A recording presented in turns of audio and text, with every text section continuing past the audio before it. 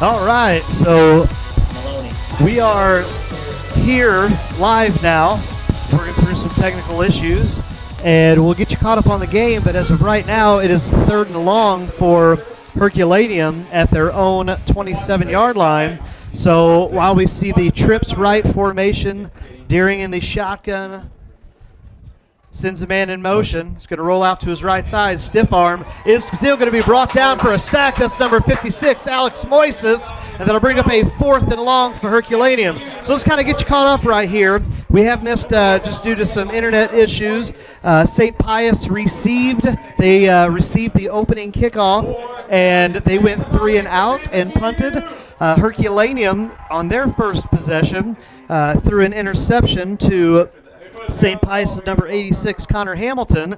On the ensuing possession, St. Pius fumbled the ball to, I believe that was number 54, Jordan McMahon. And right now, Herculaneum going to punt the ball to number 2, Eli Fremmel. And with 5:13 in the first quarter, that is where we stand. So we are live now. Hopefully we have all of the bugs kind of worked out, the kinks worked out, internet, and we should hopefully be, well, maybe not us here in the booth, but hopefully with the technology we'll be all right. What do you think, Coach Blair? You know, that's the things you deal with in today's society, and you just make the most of it and move on. And for those of you joining us now, we welcome you, and you're in for a battle. Looks like in the first 7 minutes here of the game, we've had 2 turnovers, and no really good defensive by both teams. A lot of physicality here. St. Pius is going to take over their second possession. Doubles formation left and right. It's going to be Smith on a keeper. He's still on his feet. Big hit. That might be a potential helmet-to-helmet if it was college targeting penalty, but we'll see what happens here as flags fly from several officials as James Smith is in on the quarterback keeper, but that will be initially stopped for a couple yard loss, but it looks like it will be a personal foul against the Blackcats. We'll wait and see. Coach Blair, what'd you see there? Yeah, definitely. And they had him down and it came in there, helmet to helmet there, and had him sacked in the backfield there for a loss of about 4 or 5, and just a silly move and a silly situation there. Would have been a loss of about 5 or 6 yards, but all of a sudden it's a first down Lancers here. So with that, the Lancers will take over 1st and 10, and that brings the ball across midfield into Herculaneum territory at the Herky 46-yard line.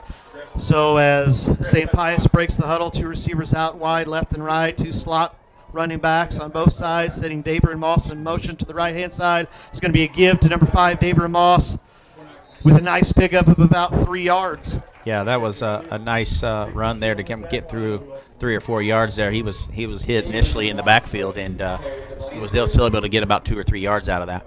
So as the Lancers substitute in a few players, we can go through and name some of the starters that we have for the Blackcats. Jackson Deering's going to start a quarterback, defensive back. Gage Myers is going to be a defensive back. Hunter Myers, number 3, is going to be a defensive back. As St. Pius breaks the huddle, they have a trips right formation. 2nd and 7. Smith with the fake. He's going to keep it on the fake option. Quarterback keeper, and he's finally going to be brought down just shy of the first down. That's going to be inside the Herculaneum 40-yard line. Nice little fake there for quarterback number 6, James Smith. Like number 58, Shea Eberhardt, was on the toe tackle there to draw him down just short of a first down. So that'll bring up a 3rd and short 2. We'll call it a long 1 as we go through some of the other starters. Number 9, Logan Petrie, a receiver, cornerback. Luke Lyles, a receiver, number 12. Mac Waddle, number 14. He's an outside linebacker. As we have Dabrian Moss, it looks like, in on the stop, in on the carry. Herculaneum saying that there is a potential fumble, and now we have a flag thrown, and it looks like in the direction of the coaches. Coach Boss and company is not happy with whatever's going on. I believe they feel that they had a fumble. Coach Blair, what did you say? Well, I think they took the ball from. I don't know if the whistle was blown before that or not, but nonetheless, the coaching staff from the Blackcats were not happy because we had the ball. It was going the other direction with it, and all the coaches were definitely pretty uptight about that situation. And so we have a sideline warning against Herculaneum. That's going to bring up a 4th and inches. We'll see what St. Pius and head coach Dan Oliver come up with as they break this huddle. Looks like they're going to go ahead and go for it. Mac Waddle, we said, is the starting outside linebacker. Number 15, Dylan Jarvis, going to play both ways for the Blackcats. Anthony Galena is the starting running back. As Herculaneum goes into the wishbone formation, you have to assume maybe a potential QB keeper, maybe a fullback dive. See what happens here. Herculaneum with 5-man front. 4th and inches here. Well, I'm guaranteed it'll probably be a quarterback keep here. Oh, no. It's going to be a handoff. It looks like to number 5, Dabrian Moss, and that is going to be good enough for a St. Pius Lancer first down at about the Herculaneum 35. So, Coach Blair, St. Pius selecting just to kind of ground a pound there, 4th and inches. I think it's a smart move if you're St. Pius there. I mean, you're in Blackcat territory, and for the first couple of downs here, opportunity to get a first down, and you're in Blackcat territory. So what else do you, at that point, I think it's a smart decision, and it paid off for him. So other starters for Herculaneum: number 33, Lucas Barr; number 35, Mike Maloney; number 54, Jordan McMahon. As we go to an I formation for the Lancers, Smith on the play action pass. Outside. Throws deep. Got him deep. Looks to number 4, Matt Mariotti's going to catch it. And with that is going to be a St. Pius Lancer touchdown. A 35-yard bomb from James Smith to Matt Mariotti with 2:55 remaining in the first quarter. The Lancers strike first. That's a nice pass by Smith there. Into the end zone, the corner of the end zone there for a Lancer touchdown. Great play action. Got Herculaneum biting on the run to the left-hand side. James Smith rolling back out to his right side as St. Pius in their traditional 2-point attempt after Smith rolling out, chucks it up. Pass looked to be intended for number 86, Connor Hamilton. That is no good, and so with 2:55, 2-point attempt is no good. St. Pius takes an early 6-0 lead. 6-0 there. Pius on a nice pass play there to the end zone. Kind of got that defensive back there a little bit to bite on that run and was able to take advantage of that and throw a perfect pass into the end zone for a touchdown. So we can kind of recap while they're getting going here and just do a quick review again. Herculaneum visiting Blackcats, coming in with a 3-1 record, 1-1 in the I-55 conference. Head coach is Blaine Boston, his second year at the helm. They are winners of 4 of their last 5 games last season, and then 3-1 this year. They're in Class 3 District 2, and they sit at second place. Coach Dan Oliver is the head man in charge over for the St. Pius Lancers. He is in his 4th year, and the Lancers have a 3-1 record, sitting atop at 2-0 in the I-55 conference, as it looks like Andrew Merciel is back to kick for the Lancers, and he's going to squib it right at the middle, and that's number 2, Gage Myers. I mean, he caught it right out of the air and said, you know what, I'm going to fall down. Fall forward. Fall forward, yeah. Kind of to his side a little bit. Fall to the side. Yeah, and so with that, Herculaneum will take over, I believe, their 3rd possession of the evening at their own 35-yard line. And so right now a battle here amongst rivals on Highway 61, 67. So far we've seen both defenses really doing a good job. And then this last possession, the Lancers just able to rattle off a really nice play-action pass. Yeah, definitely it was, and looks like Jackson Deering here is going to be in the shotgun formation here, with a guy Lucas Barr in motion. So hand off to Lucas Barr on the outside, has some room, and there breaks it, tackle, goes down, and looks like he stepped out of bounds there. They're going to step him out of the bounds here about the 44-yard line. Nice pickup there for the Blackcats, and Coach Blair, I tell you what, he got to the edge. They set the edge, and you know what? If it wasn't for this stepping out of bounds, he might have seen daylight and had a chance to tie up this ball game. Yeah, definitely. He's got some speed. When he gets out in the open, he's pretty tough to catch. I mean, that's for sure. But it'll be 2nd and 1 here for the Blackcats from their own 44-yard line. Jackson Deering in the shotgun. Oh. Penalty flag looked like to be probably against, well, they're signaling, I believe, against the Lancers. Maybe encroachment, line up in the neutral zone, and that's exactly what we'll have. So with that infraction, the Herculaneum Blackcats will take a 1st and 10, and if you're Coach Dan Oliver, that's you don't want that to happen. No, we definitely don't, especially, this here early in the game. You just scored and give them an opportunity to get a first down and keep the chains moving. So 2:44 left here in the first. It's 6-0 Pius on top, and the Blackcats will have the ball at their own 49-yard line with a 1st and 10. So Herculaneum getting their play call, looking at their wrist. Receiver out to the left and to the right. Tight end on the left-hand side. Slot to the right.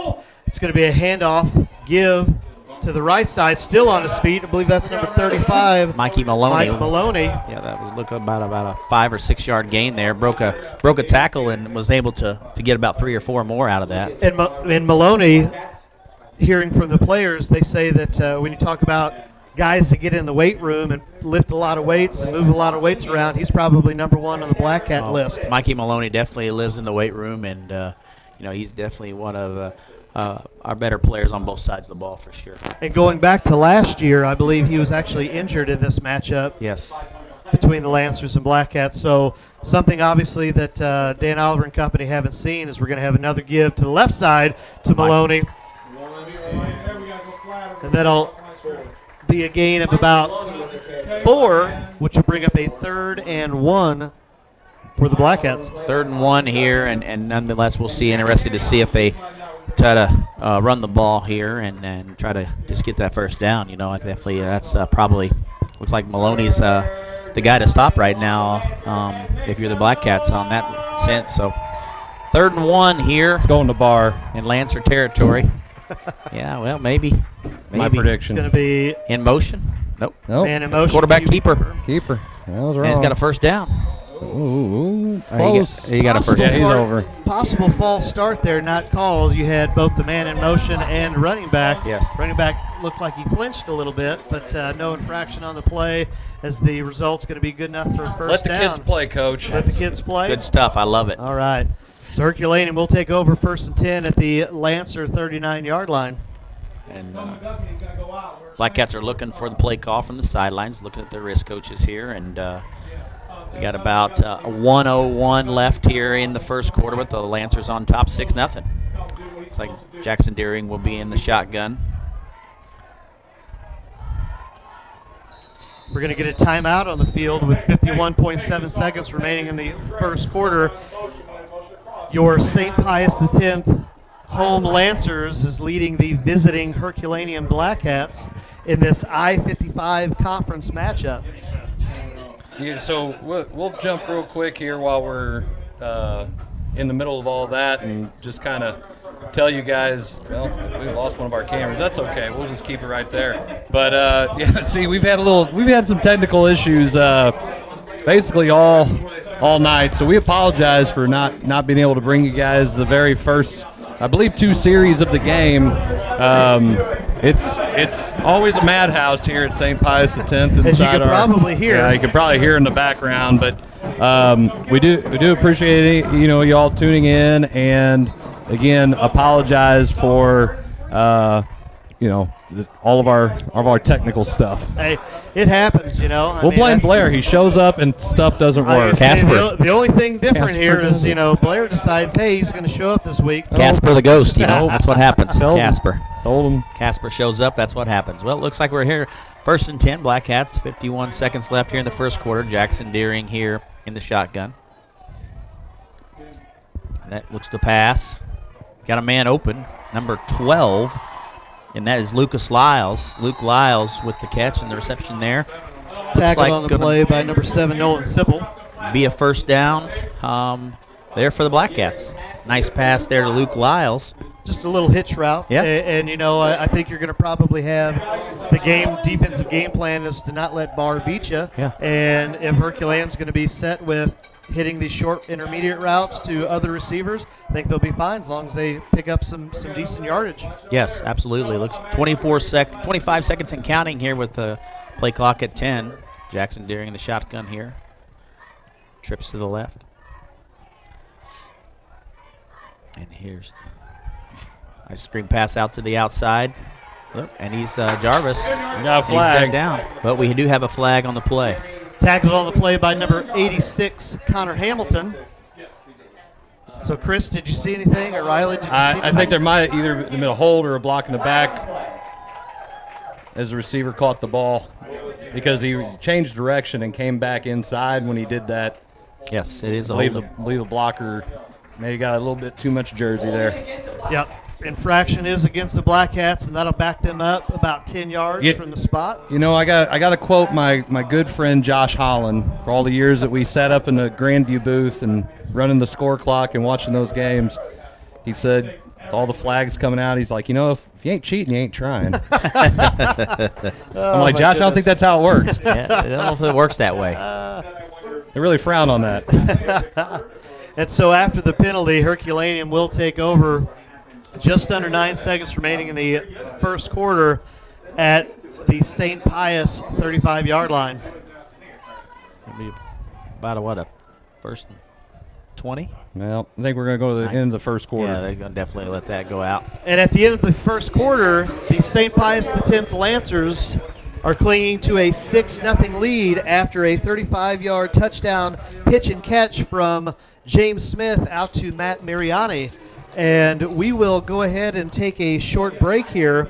You are watching Between the Lines Friday Night Football Edition, brought to you by the Coach's Box and Off the Rails Media.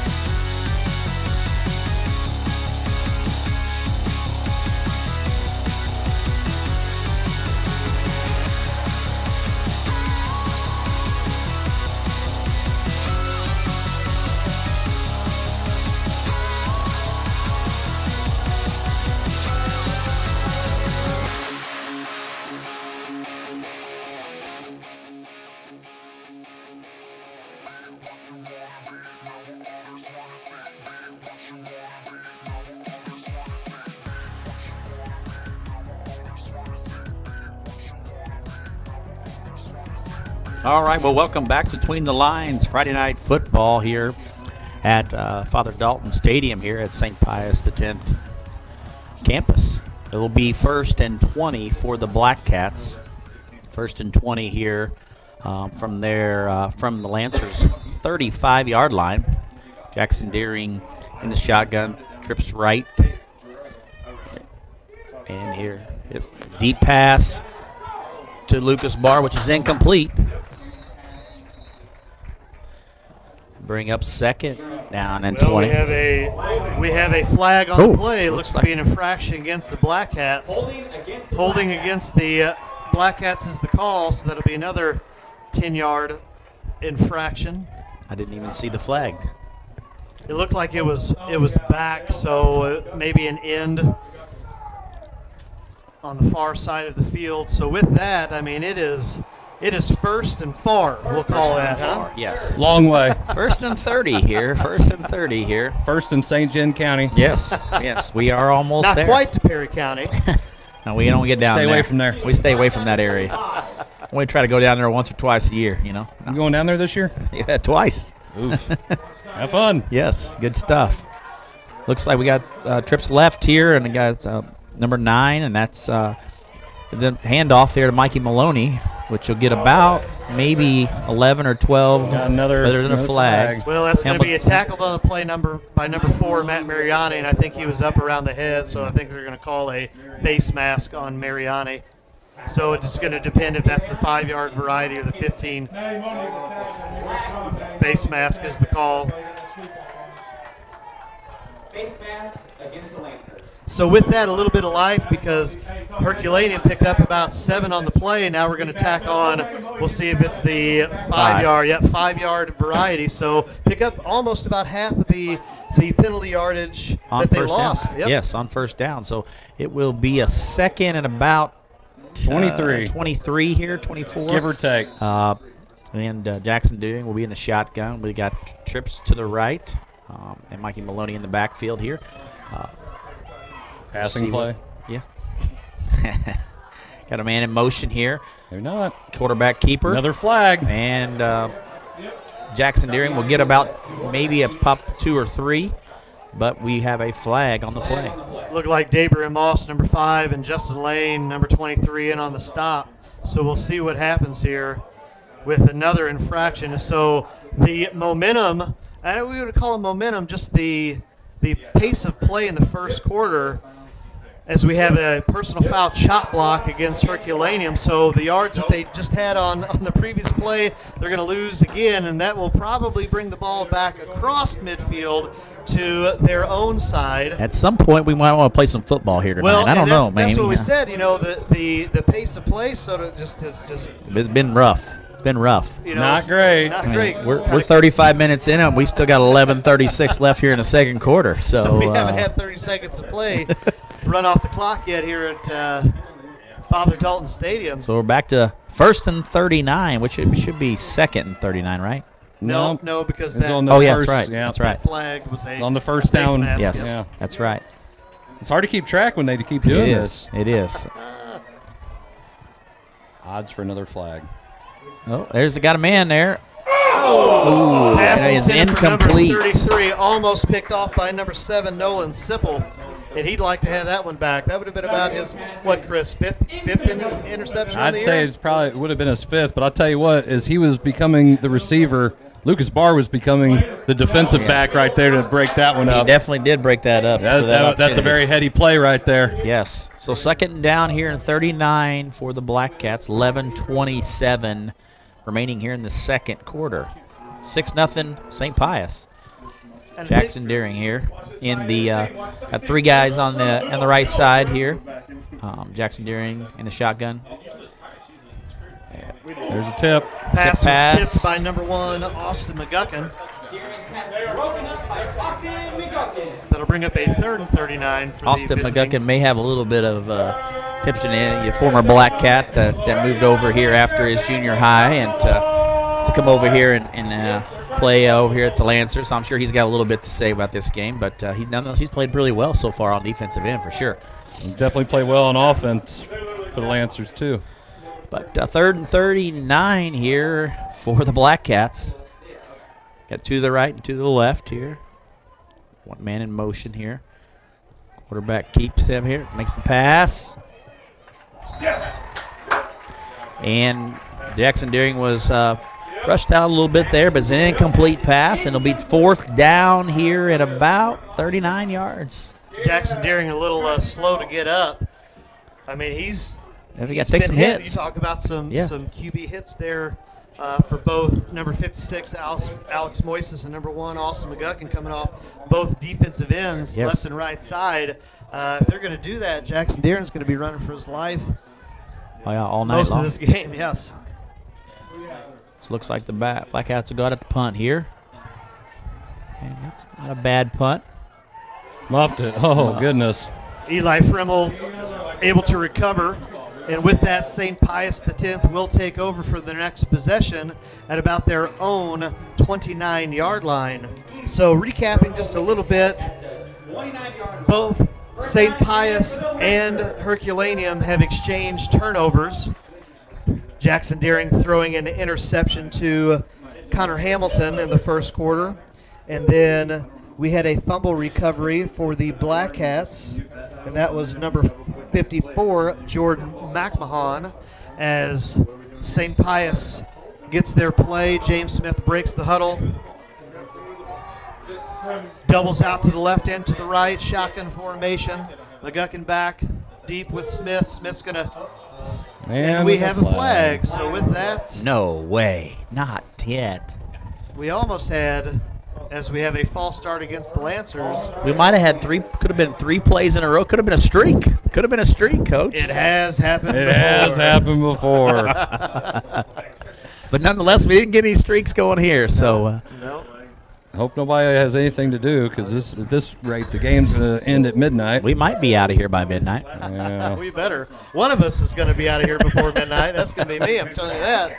Right Got early in the stuff to morning. do. Zach's Yeah, I like, got stuff to do. I'm done. So first and 15 here for the Lancers. Smith back to pass. Gets a spot down to number 5, David Moss. Picks up about 10 on the play. Missed tackle there by the Blackcats to get him for about a 5-yard gain. Instead, he gets about another 4 yards or 3 yards, looks like. So, And just a nice little mid-range type pass that, you know, that Coach Miller and I, we've been talking about over the weeks here that we'd like to see the Lancers incorporate. And with that, they not only pick up the penalty yardage, but they also pick up a gain of about 12 on the play. So that'll bring up a 2nd and short for St. Pius as they break the huddle. Once again, receiver out to the left and to the right. Slot man as they send Moss in motion to the left-hand side. That's going to be a handoff to number 5. Stiff-armed. That's going to be a flag on St. Pius that'll come back with a holding play. Yeah. Looked like, I believe that was Christian McCline, number 65, with a pretty obvious hold. yes. And the nice gain that Daber and Moss had of about 17 yards is going to be negated by another infraction against the Lancers. Well, here you go. You know, we'll see some football sometime tonight. So, I mean, if you're Coach Boss and Herculaneum, you're fine because you're thinking to yourself, hey, if they keep going backwards, that just becomes field position battle. Yes, especially with 10:20 here left in the second quarter. A lot of football left here to play. We could get some type of rhythm going here for both sides. As you would think here in Week 5 that You'd have some of this out of your system, have out some of of it. this out. Yeah. It's a rivalry game. You know that's going to happen. Sure. You talk about players coming over from Herculaneum. You know, Christian is also from Yes. Herculaneum. So we have trips out to the right side, botch snap. It's going to be a pitch out to number 1, Austin McGuckin on the speed option. Pickup of about 5 on the play. Looked to be brought down by, I think, number 1, Jackson Deering. Yes, that was done by Jackson Deering there. So it'll be a 3rd and about 12, looks like. 3rd and 12 here. That holding penalty is definitely looming large. Yes, definitely it is, because you were at 2nd and about 3 or 4, and all of a sudden now you're at 3rd and 12. And I think if you're both head coaches, you don't have to panic as the game play clock's running down under 10 seconds. You can run your offense. You can be happy with what you want, even in a 3rd and long, as it looks like Herculaneum's going to blitz. We have fumble. James Smith's going to keep it. So with that fumble, St. Pius will lose more yardage. That'll bring up a 4th down and obvious punting situation for the Lancers. And at some point, both teams will have to settle down. I mean, we played an excellent first quarter, and it seems like everybody all of a sudden has just butterflies in their basket. What do you think? The Lancers were very fortunate right there that didn't get fumble recovered by the Blackcats. They were on top of it, and it scooted out of there, and the quarterback was able to recover it and keep it for a Lancer ball, 4th down here at 16. So Punt. we will see a punt here by number 6. James Smith gets a nice punt end over end with a nice St. Pius bounce inside Herculaneum territory. And with 8:38 remaining in the first half, Herculaneum will take over 1st and 10 at about their own 34-yard line. Yes, and you know, I mean, once again, penalties killed a drive, and on both sides of the ball there, the last two possessions, both for the Blackcats and the Lancers, and I'm going to tell you that this game has got a little bit of rivalry into it, and as well, and you can see it already in these kids. I mean, they're wanting to hit each other, and rightfully so. That's what it's all about. But nonetheless, you got to do it the right way. So, Blackcats will be at 1st and 10 here. With Jackson Deering in the shotgun. 2 to the left and 1 to the right. One in the backfield here. Lynn Jackson whiff. Keeper.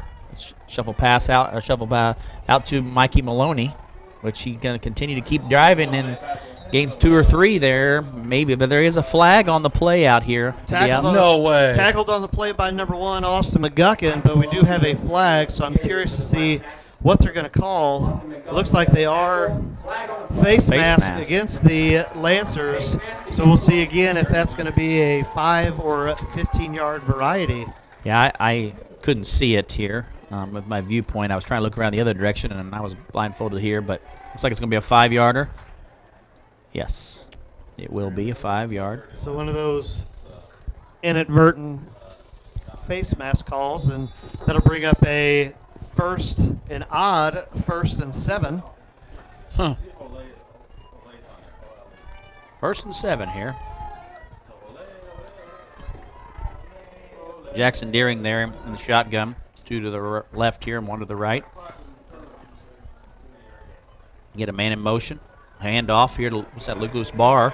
Gets to the outside and is tackled out of bounds. That's going to be a personal foul against the Lancers. Late hit out of bounds. And so both teams just cannot seem to get out of their own way. Yes. And that is going to be a pickup of about 3, and then you can tack on another 15-yard and keep with the that first down. And that'll keep the first down.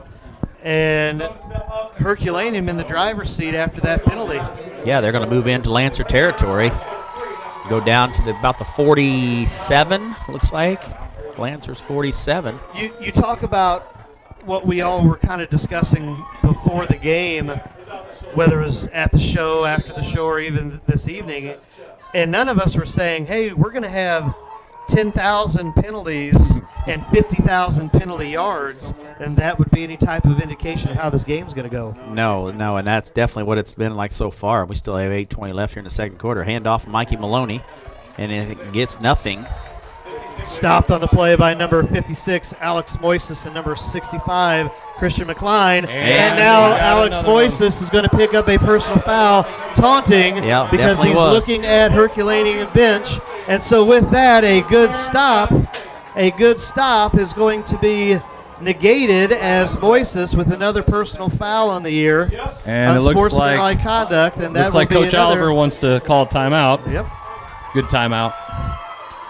Yeah. So with that, Chris, why don't we go ahead and take a break and see if all of these players and coaches and fans and everybody here can maybe calm down and get some type of rhythm. Get a little bit calmed down. Yeah, here. we'll try that. All right, you guys are watching Between the Lines Friday Night Football. We'll be right back.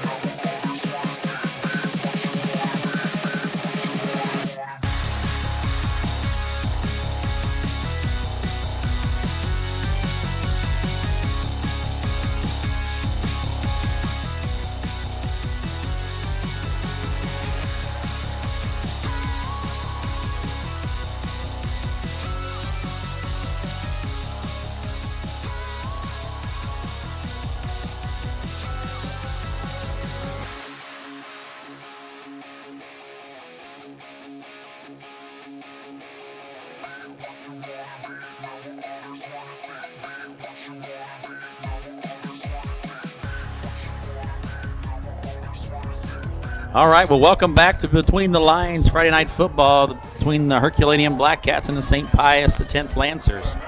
The Blackcats will be here with 8:09 left, 1st and 10 from the Lancer 35-yard line. Handoff to Mikey Maloney. Gets nowhere, maybe back to the line of scrimmage. He's still on his feet. Maybe you lost a yard.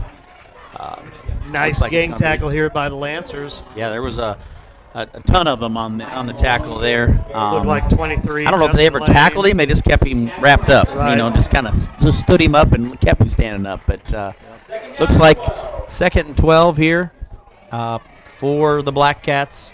7:41 left here in the first half with the Lancers on top, 6-0. See if we have another flag at some point here. Well, this will be 2 plays in a row if not. Wow. So make it 3. Jackson carrying the shotgun. And as the pass is completed.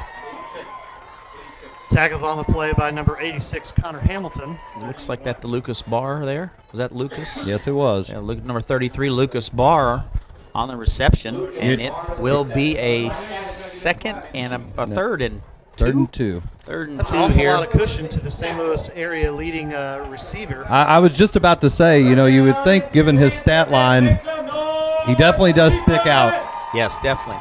2nd and 2 here. Third and 2, sorry, I apologize. Thanks, Coach Miller. No problem. Illinois education. Got 3 to the left here. Jackson Deering in the shotgun. Mikey Maloney in the backfield. Here's the it's a pass. He's got an Pass is intercepted by number 7, Nolan Sipple. Yep.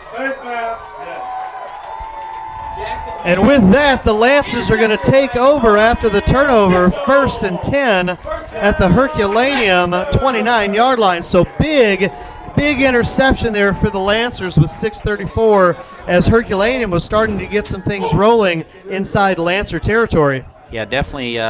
He was in triple covered there. That pass was in triple coverage there, and just threw it right to him. His first look was taken away when he was flushed out of the pocket. It was good pressure by the Lancers, and then Nolan Sipple doing what Nolan Sipple's done all year, is intercepting passes and making plays on defense. So we'll see what Coach Oliver and company have in store after the turnover is.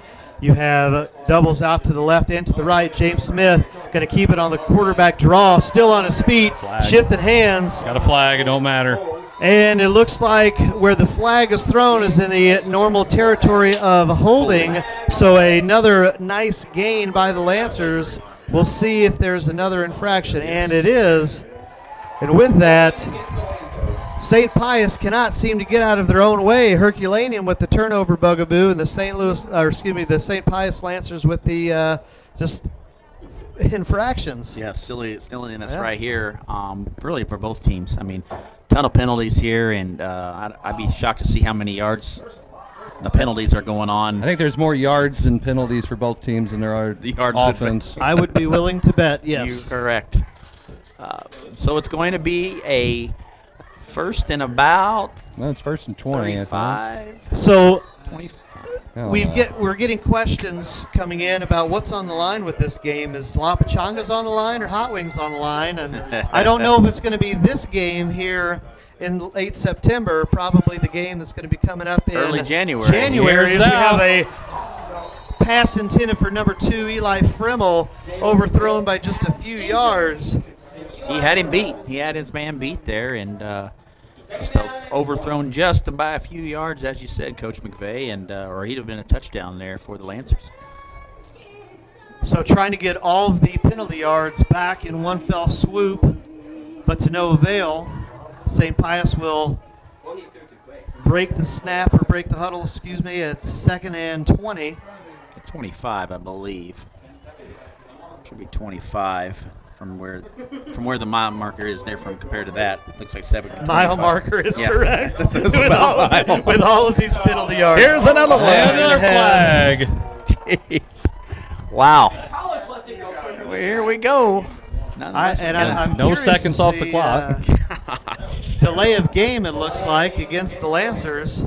There's this old song, 1 step forward and 2 steps back. Oh, you don't Paul Abdul, right? No. Yeah. Desert Rose Band's country Okay, music, Zach. all right. Get on the bus here and Okay, understand well, this. As we have Lancers another are gonna call timeout timeout. against the. That's a good timeout, too. And they Yep. should, as of right now. Second and 25, 35, 30 now. Second and 30 looks like. Second and forever, we'll call it that. Yeah, so, the mile. Long way to That's go. Yep. Long way to go. Must have been laundry day. Yeah. It must be laundry day.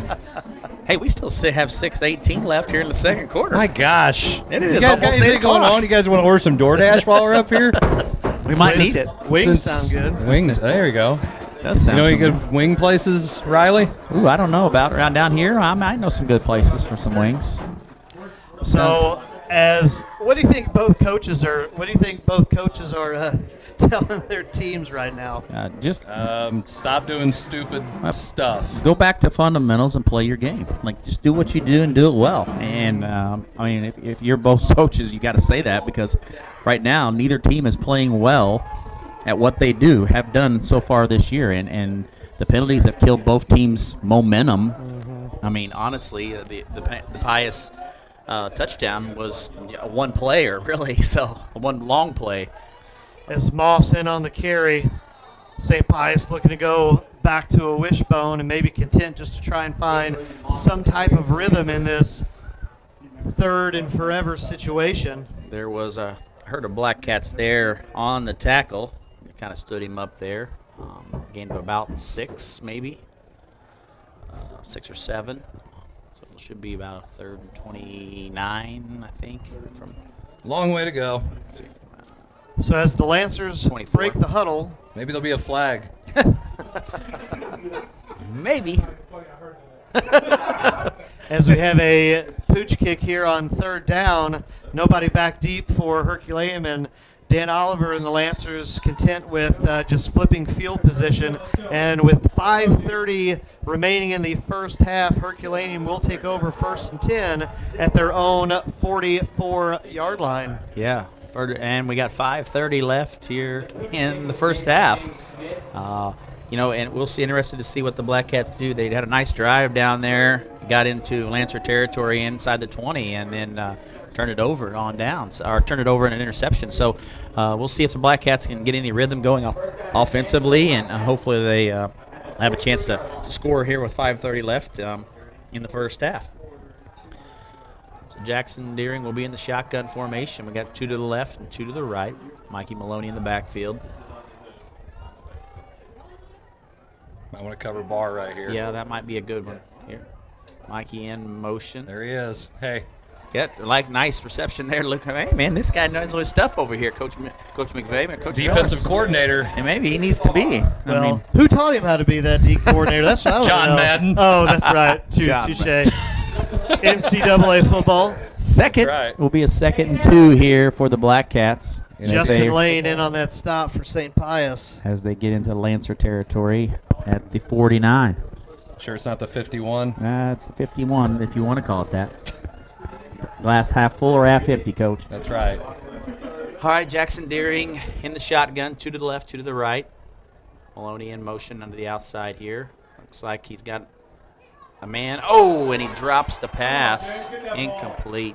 Pass intended for number 12. That is Lyles. Luke Lyles. And you know what? Coach Boston Company very content just to look at these short intermediate routes, these hitches, and not necessarily an option route, but where the receivers are turning to the outside rather than a hitch on the inside. It's what seems to have worked so far in this first half. A little bit of offense that they've been able to do. It's been to those pass plays. So we have 3rd and 2 here from the Lancer 49-yard line. 49 and a half. 49 and a half. We'll get it at half. And a half. 2 to the left, 2 to the right here for the Blackcats. Mikey Maloney back. And it's a pass. Oh, and 2. Then that was number 9, Logan Petrie with I still the think incomplete pass. even though it's 4th down, I'd say go ahead and go for it. I mean, the way everything now, 4:34 left to go. I think there should be about 4:43. Okay. Yes. So the question is, what do you do? A relatively decent Go play for it. call. You go for it.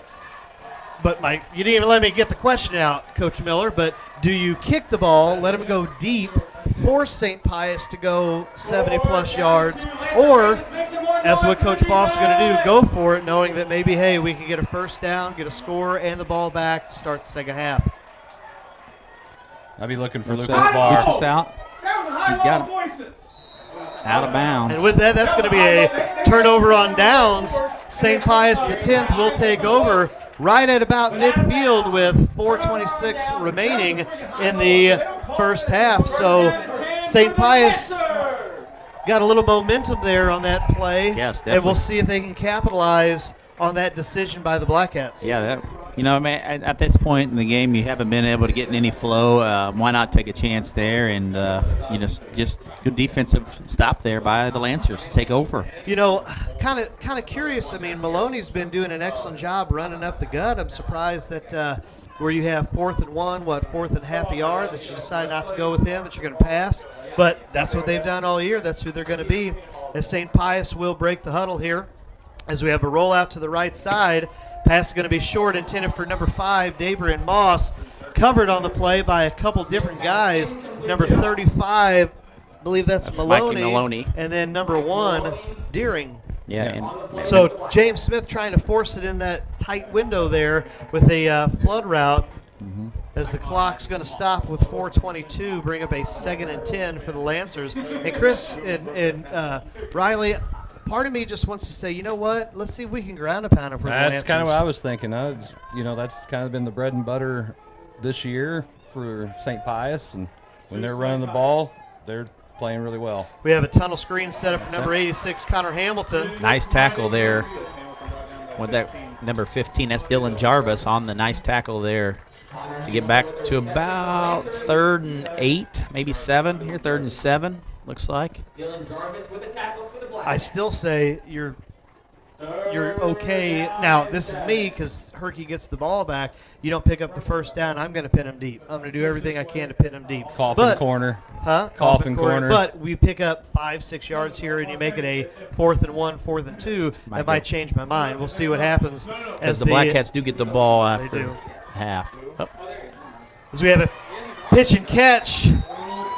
Caught by number 86, Connor Hamilton, and James Smith just caught it, got rid of it almost immediately with a Patrick Mahomes-esque type now sidearm. come on, we can't say something like that. Why not? What? Hey, James throws sidearm. I have a microphone, and you will listen to everything I have to say. Until I mute you. 4th and 1. So right off the bat, we're going to go wishbone formation, 4th and 1. Handoff to Dabrian Moss. And there's a flag. Don't know what the flag's going to be, but I would be willing to bet it's going to be against St. Pius. We'll see. Just have a feeling about it. Now, the run was good enough for first down yardage, but they are going to call a holding. So now, with the 10-yard penalty, you're probably looking at a punt with 3:10 remaining in the first half. I would say that's definitely a good option here if you're the Lancers. The ball's in your own territory here, so definitely. That changes the story. It changes, potentially changes the complexity of the game a little bit. Yeah, he was. It was legit. Yep. You heard it here first. Heard it up here. It's legit hold. Quick kick. Gets it Nobody off. back deep for Herculaneum. See if St. Pius can recover, and they're going to let the ball roll inside, and they're going to down it at the 1-yard line. So with 2:46 remaining in this first half, we will see what Herculaneum and Coach Boss and company can do if they can put together a 99-yard drive. But I tell you what, guys, they have the arm talent to do it, and they have the receiver to do it, so we'll see what they have cooked up. I was interested to see that they had nobody back there to receive that. I mean, that ball was at about the 20. Well, you don't want to give up kind of what we saw earlier with the muff punt with St. Pius, even though they recovered. You don't necessarily want that to happen to you. And if they recover it well inside the line, as Herculaneum is going to take over from their one. Oh. It's going to be a handoff. Those 2 timeouts that come in handy right now for St. Pius. Mm-hmm. Yes, they definitely would. But I think the Blackcats do have 2 timeouts remaining as well, but they're not going to use them right now. I wouldn't. But definitely if they get a pass open or something out here in the open, they might. And so if you're St. Pius, you can bend and don't break. And if you're Herculaneum, you've got to get yourself a little bit of cushion outside of the 1 as they picked up 0 yards on that last play. There's a handoff there to Mikey Maloney, which gets maybe another yard or maybe 2. 3rd and about 8. 3rd and 7 maybe. Trying to see who was in on the tackle. A couple of guys. 3rd and 5, I'd say. So clock continues to run down here. It's going to be 3rd and 9. Oh, well, 9. That's definitely. I mean, you've got to think Barr's got to be the guy right now. If you're going to try and pick up some yardage. Well, I mean, if you're going to throw the ball, you better throw it to him. And if you're running the ball, run it to Herculaneum Maloney. looks like they're going to let the play clock run out and take a timeout. Yes, it definitely looks like that's what they're going to do. And so with 1:25 remaining in the first half, Herculaneum's going to take a timeout. And Chris, so are we.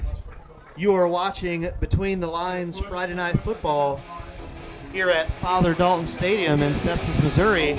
St. Pius X clinging to a 6-0 lead against visiting rival Herculaneum Blackcats.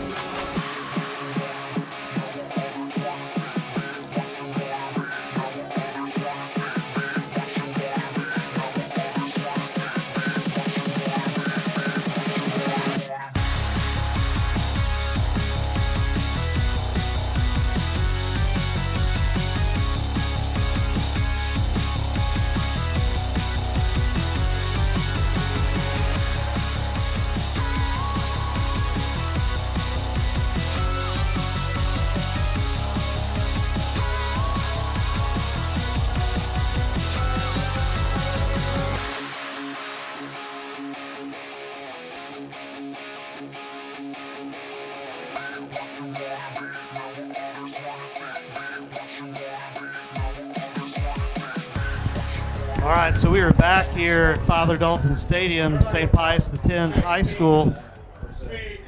1:25 remaining in the first half, and Coach Blair, tell us what Herculaneum's going to do. Looks like we got 2 to the left, 2 to the right. Jackson Deering in shotgun with Mikey Maloney back. Looks to pass. Guess where it went? To the outs. Oh, my. Had him maybe for a first down there, Lucas Barr. Now, And it's incomplete. do you risk trying to block this punt? Do you risk? What do you think? I think I know what they're going to do. I think they're going to try to Are you block going to this risk thing. taking a penalty? Are you going to risk taking a penalty? So we'll see what St. Pius does here, if they're going to go for it in the shadow of their own end zone, of Herculaneum's end zone here, or if they're going to be content with maybe getting good field position with one timeout Bringing remaining everybody. and $1:20 left to go. As we have a poor punt Poison. that's going to take a short Herculaneum roll, and St. Pius with exactly 1:19 remaining in the first half in excellent field position and the ability to maybe tack on another score before the end of the first quarter. That was not a great punt. No, that was definitely not a great. But you're almost literally standing almost out of the end zone. I mean, I think he That's was tough. just standing right in front. Yeah. Yeah, So I mean, that was probably as good as you could get from that point. You know, you step out of, and it's a 2 points for the Lancers. They'll take over. 1:19 here left in the half. Up 6-0. So St. Pius with receiver out left and to the right, sending Moss in motion to the right-hand side. It's going to be a give to number 5. Debris Moss cuts it back up the field. Tackled by, it looks like, a host of Blackcats, among them number 58. That's Shea Eberhardt. Shea Eberhardt there was the first one to hit Debris in there. So that'll bring up a 2nd and 7. Under a and minute. you've got plenty of time to run your 2-minute offense. Just try and pick up a first down here. And you got one timeout left. Across the Pass middle. was intended to number Incomplete. 23, Justin Lane. It's going to be incomplete. I like the choice route there and decision by James Smith. I think a good slant route right now, To the outside. or I'm going to say QB draw. That's my guess. option. Option? I don't want to risk it. Option I to don't throw. know. Option. You still So got you're one saying timeout left. RPO? Yes. Okay. Your Lancers, you got one timeout left. That's where I was getting at, Zach. I've been kind of busy over here. See what So happens. St. Pius breaks the huddle with doubles to the left and to the right side, and we have a timeout Blackcats. I think that's at least their second. At least their second. Interesting call the timeout. Well, they there. didn't like what they saw here. We could keep it here and Yeah, let's just keep it. talk a little bit about, if you're St. Pius, what do you want to do? I mean, you're 3rd and 7. You've got just under 50 seconds remaining. I think you're perfectly fine, even with the one timeout. If you want to go run the ball, I mean, you got to go speed and space a little bit, or if you want to pass even in between the hashes, you can to let the clock run. But you break this huddle. If you're going to do that, you've got to have 2 plays ready to go. Yeah, definitely have to have 2 plays ready to go, and you know you're in 4-down territory, and so with 49 seconds and a timeout left, I think you can run here and give yourself an opportunity to maybe get a nice yardage and then get yourself in position, maybe throw a nice pass to the end zone for before the half time runs out. And we're talking, 24 yards to gain for a touchdown. I don't think you have to try and pick up all 24 right now. I don't think so. And if you're Herculaneum, I mean, you're thinking, hey, try to keep everything on the field. Don't let anything go out. Let the clock trickle down. Yes. And then if you can get out of here with a 6-0 a score, you've got the ball coming out at the second half. Yes, absolutely. So 3rd and 7 here for the Lancers. Smith takes a snap, steps Looking to back, pass. going right down the seam route. Pass Incomplete. intended for number Eli Frimmel. Nice. Broken up there by Lucas Barr, number 33, with the break up there. I like the play call, and the defense was even better. Yes, definitely both ends. And here's the play of the half, probably 4th and 7. Still Lancers still have a timeout left, so if they could get a first down here, they could take an opportunity to take a shot at the end zone, a couple shots at the end zone maybe, with still 44 seconds left here in the half. Smith puts Dabrian Moss in motion. That's going to be a fake handoff. Rolls out to the right. Going to throw it to number 86, Connor Hamilton, and he's going to catch it for a St. Pius the 10th touchdown. But hold the phone, people. There is a flag on the play. So we will see what happens, and that's going to be against the Lancers. So we just said the 29-yard pitch and catch for a touchdown is going to be negated again for another hold against the Lancers. Oh, my goodness gracious. Wow. What an excellent pitch and catch from James Smith to Connor Hamilton. And, Coach, both lines struggling. Yes. St. Pius with Yes. the obvious holding penalties, Herculaneum letting the ends get in and have some QB hits and hurries against Deering. And you just see it. You always hear how they talk about the games are won and lost in the trenches. And right now, both hog mollies are struggling Yes. at the snap. 4th and I don't know what the chains are moving over there for, but 4th and a ton here. 4th and 23 it looks like, or pretty close to that anyway. But keep it in front of you here, and don't give up the long pass. So you have a trips right. Oh, bad Botch snap. Smith going to pick it up. Nice block there by McGuckin to help out. Smith's going to go ahead and let one loose. He's got a guy almost down. That was Drew Merciel, just thrown just over his head. Wouldn't have counted anyway if he caught it because the ball was thrown out of bounds. And with just under 30 seconds remaining in this first half, Herculaneum's going to have one last try to either tie this game or take a lead. Yeah, what a heck of a play there on 4th down. Definitely was a nice block by McGuckin back here in the back. McGuckin in the back, he failed here. Could have been easily a sack way back here and in their own territory. So nice job there to hold that for opportunity.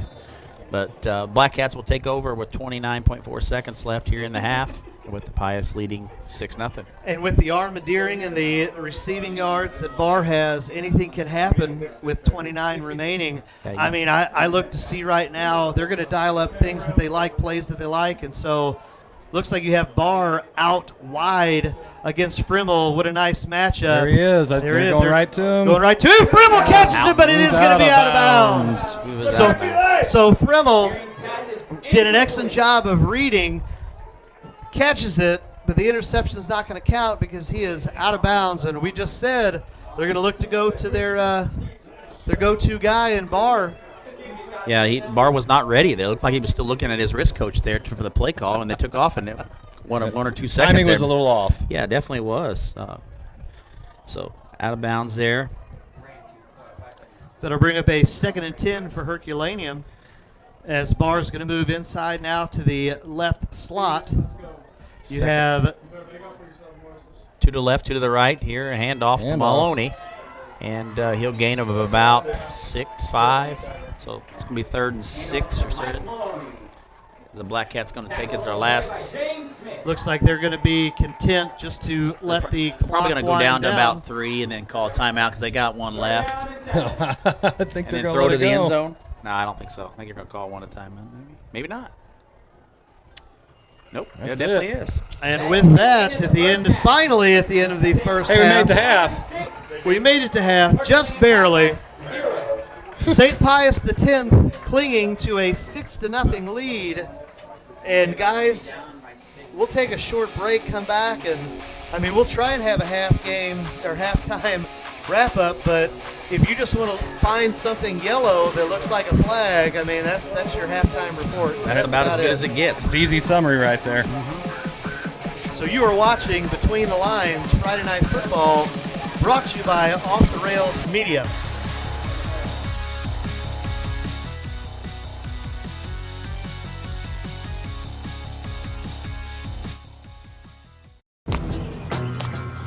I'm the latest hashtag challenge, and everyone on social media is trying me.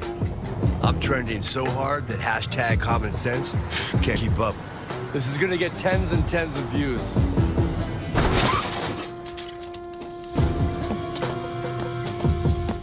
But if you don't have the right auto insurance coverage, you could be left to pay for this yourself. Mayhem is everywhere. Are you in good hands?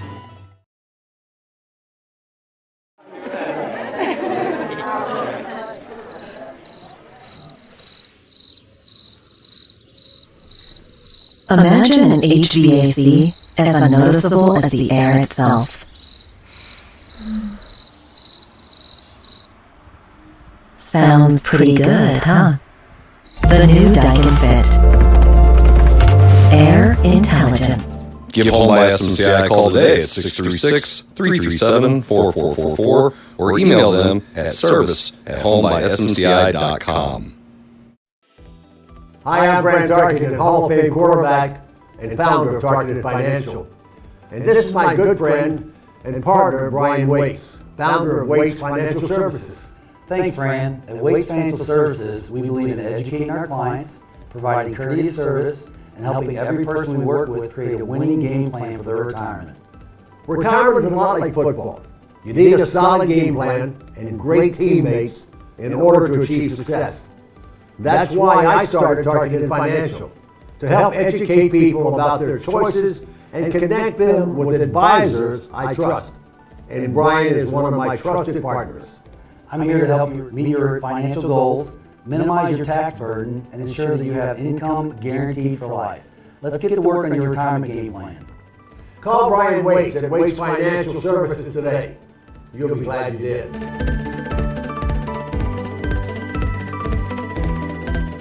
Case and Bucks and Barnhart welcomes back the 2-pound pork steak special every Thursday. Kids eat free every Tuesday. And all-you-can-eat soup and salad every day, all day. Only at Case and Bucks and Barnhart, home of over 55 appetizers. Learn more at caseandbucksbarnhart.com. You aren't looking for a cookie-cutter experience with your agent. You are looking for someone who is going to go above and beyond or think outside the box. You are looking for someone who is going to be there for you no matter what, and someone who is going to walk you through the entire process. My name is Kelly Kaufman with Gateway Real Estate, and my passion is the people I work with. Real estate is personal. A home is not just the four walls, it's the people who live there and the memories you share. That's why I focus on the people I serve and make them a top priority throughout the entire process. I'm there for you. No matter what your budget is, no matter where you are, and no matter how long it takes, I will be there with you every step of the way. If you are looking for an agent who cares about you and will do everything to make sure you are taken care of, give me a call. 314-221-6090.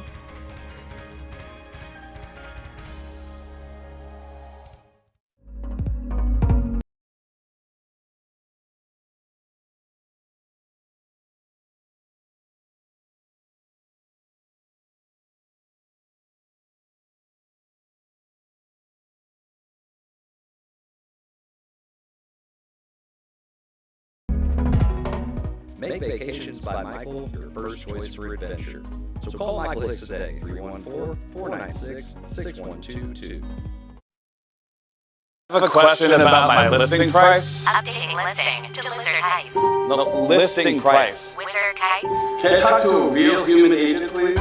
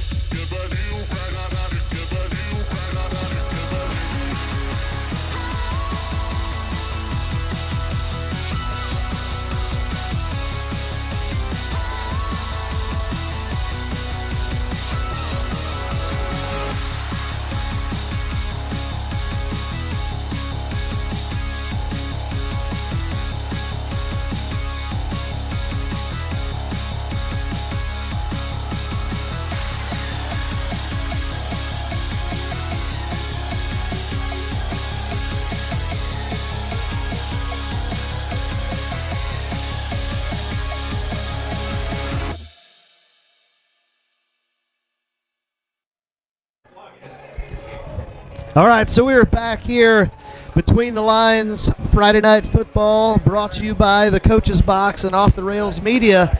And guys, I mean, we were hoping to have maybe a halftime discussion about this barn burner, this high-scoring ball game, this action between two rival schools.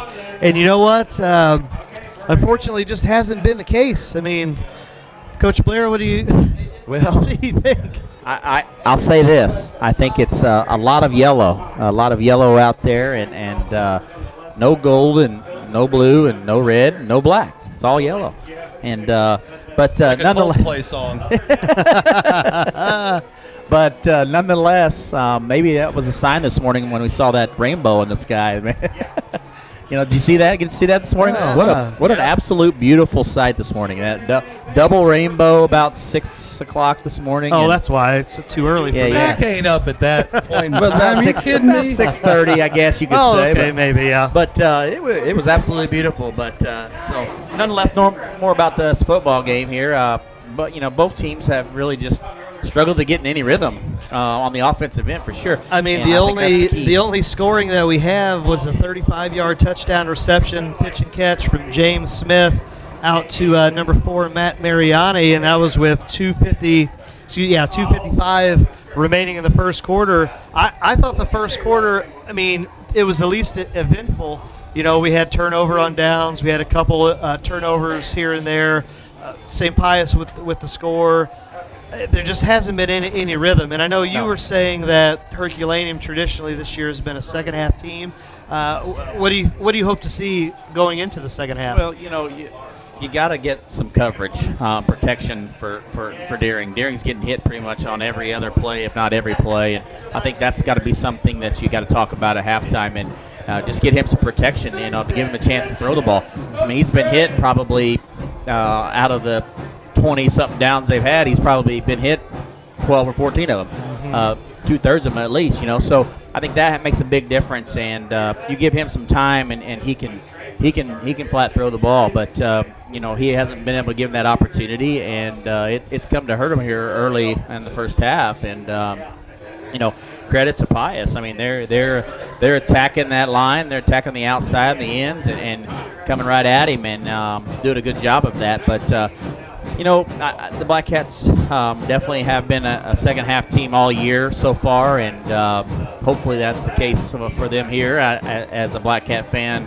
But you know, both teams defensively, I think, are doing a good job, minus that one play, but containing and not letting the big play happen. There's been a ton of opportunities for a big play to happen with 3rd and 37 or, you know, 2nd and 29 or whatever, but those long plays haven't happened but one time, and that was a touchdown pass for the Lancers. So because I think that was like a 2nd and 24 or something like that, from like a 35 or 40. So but you know, I think that's going to be the kind of the difference, and I guarantee you St. Pius is talking about the penalties. You know, the penalties are killing them. They could easily be up 3 scores here right now. You know, they have had some drives and then, you know, get some terrible penalties and push them all the way back and then have to punt. And that's kind of been the story of their season so far. I mean, outside of week 2, DeBerg, I mean, they would get some big play yardage, whether it's through the air or on the ground, and the next thing you know, there's a flag. And you just continue to say, when are you going to run out of bullets, quit shooting yourself in the foot. I'm curious to see what Herculaneum's going to do when they get the ball back for this opening possession of the second half. I thought Maloney has been running the ball extremely well. He's been running hard. They've been attacking, I would say, outside of the tackle and having some success. I just wonder if both teams are going to say, you know what, why don't we try and get into some type of a rhythm early like we did in the first quarter, maybe try and establish the run, establish the line of scrimmage, and see how that goes, and then maybe try and break up the running game with a big type of pass play, because that's what the scoring play was. It was a play action pass. Yes. They had been, St. Pius had been run the ball. Next thing you know, boom, it's a naked boot, play action pass, nice shot down the field. And so I think if you're Herculaneum, I think you can go to that. I mean, they obviously want to throw the ball. But we'll see what Coach Boss has in terms of adjustment. And I think you're exactly right. Coach Oliver has got to be telling his team, look, enough's enough with the flags. Keep on your block, but as soon as they get by you, you're going to have to let them go. There they go, yeah. And I think that's going to be the key component in this half is who makes the adjustments and what adjustments do they make. Because, honestly, I mean, and once again, I mean, neither team has gotten any rhythm offensively because they haven't been able to because of penalties. And I think that's going to be the telltale here in the second half is which team gets in a rhythm and has a nice drive that maybe builds up onto something different in the long run. So I think that's what kind of going to be the difference maker here with in the start of the second half with the Blackcats will receive the ball here to start. Chris, anything that you want to add over there?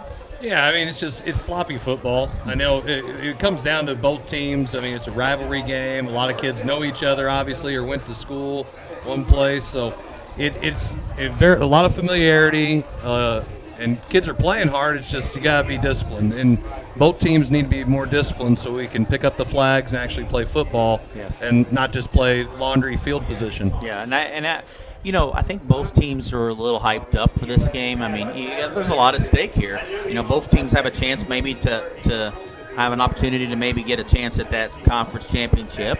And I just think that, the emotions were really high. And once they've gotten off of that after this halftime talk, I guarantee you both coaches have reiterated that let's get back to what we do and do it well. And I think the team that gets in a rhythm on the offensive side of the ball is going to win this game because I think they're going to continue to keep moving forward in that sense. So, who's that going to be? I don't know. But I guarantee that I think that's going to be the step for the start of the second half.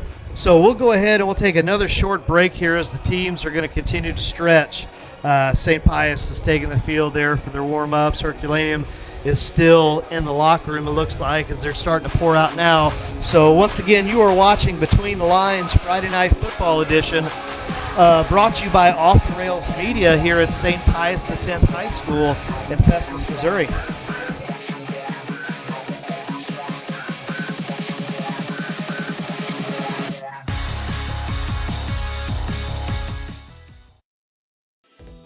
Hi, I'm Brent Tarkenton, Hall of Fame quarterback and founder of Tarkenton Financial.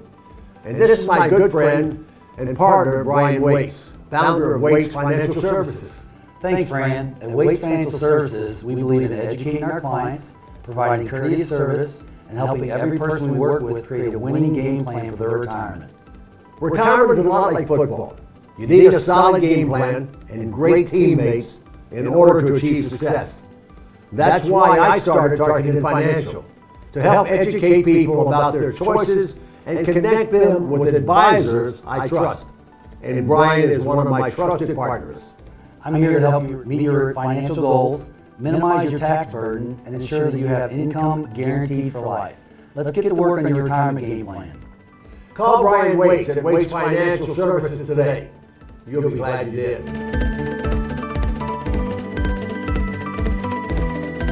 New at Case & Buck's, all you can eat soup and salad all day, every day. Choose from homemade soups like tortellini, loaded steak, green pepper, and many more. 7095 Metropolitan Boulevard in Barnhart, Missouri, just off 55. See our full menu at caseandbucksbarnhart.com.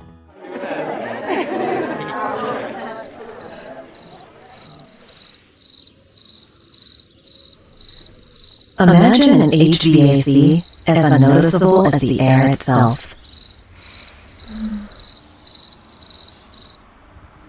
Sounds pretty good, huh? The new Daikin Fit. Air Intelligence. Give Home by SMCI a call today at 636-337-4444 or email them at service@homebysmci.com. I have a question about my listing price. Updating listing to Lizard Ice. The listing price. Wizard Heist. Can I talk to a real human agent, please?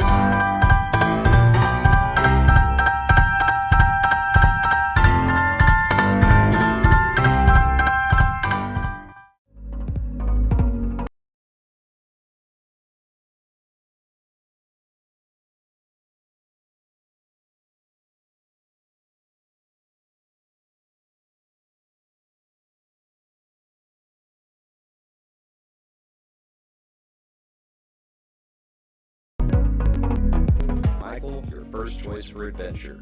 So call Michael Hicks today, 314-496-6122. You aren't looking for a cookie cutter experience with your agent. You are looking for someone who is going to go above and beyond or think outside the box. You are looking for someone who is going to be there for you no matter what, and someone who is going to walk you through the entire process.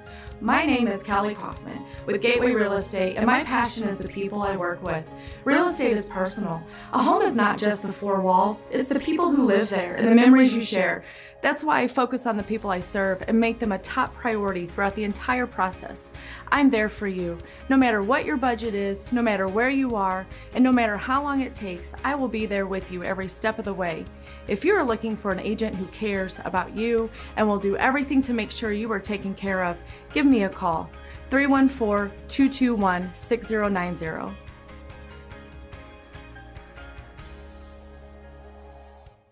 I'm kind of a social media nerd. I'm also kind of a burglar.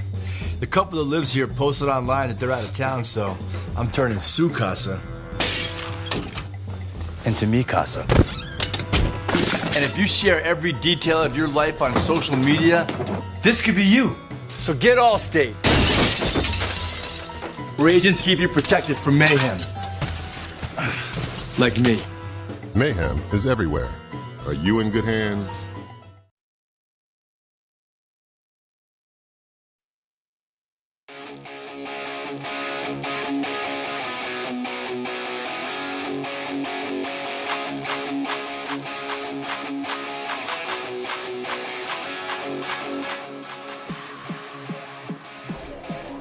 All right, we are back here, ready and set to begin the second half of play at Father Dalton Stadium in Festus, Missouri. St. Pius X High School and Herculaneum will be back to receive this opening second half kick. Back to kick for for St. Pius is number 81, Drew Merciel.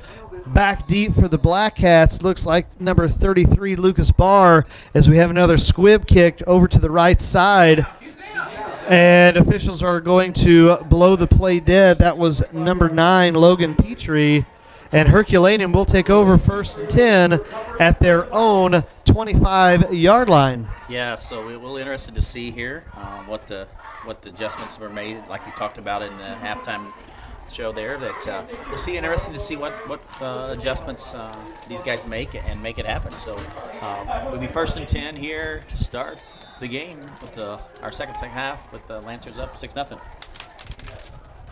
Just dropping stuff over here. That's Don't mind all right. those sounds, guys. Blackcats have 3 to the right here. Deering in the shotgun. Back to pass. And drops the face pass. mask. Pass was intended for number 9. I believe that's Petrie. Yes, Logan Petrie there. A couple drops on the evening so far. Deering's like to hit that hitch route up the seam and had a couple guys open in the first half and to start the second half. And outside of Barr, not many catches on the evening. Yeah, definitely. There was another opportunity there for the Blackcats and just couldn't make it happen. So second down here and 10 for the Blackcats from their own 25. 3 to the right here with Maloney in the backfield. Looks like it's a pass out, overthrown to Dylan Jarvis, number 15. So that'll bring up a 3rd and 10, and you've seen right away the Herculaneum Blackcats trying to get some other guys involved in this passing game outside of number 33, Lucas Barr. It'll bring up a 3rd and 10. It'll be interesting to see, though, that, trying to open up maybe Lucas a little bit more by trying to go to these other guys. And, I'm going to Lucas right now. Yeah, I think you're so. I mean, it's 3rd and here, and see what happens. Well, and you've got Barr pretty much uncovered right now. Yes, out to the outside. He's looking. That's a Jarvis there. He's got him in across the middle. There he is across the middle. Oh, he's got. Makes the pass. Way to evade. Good catch. Pass looks to be bounds. out of bounds. Out of bounds. So a quick 3 and out, 3 incomplete passes for Herculaneum. St. Pius holds the initial drive, barring something unexpected coming up with this Herculaneum. Like a fake? Yes. I was thinking more like a flag.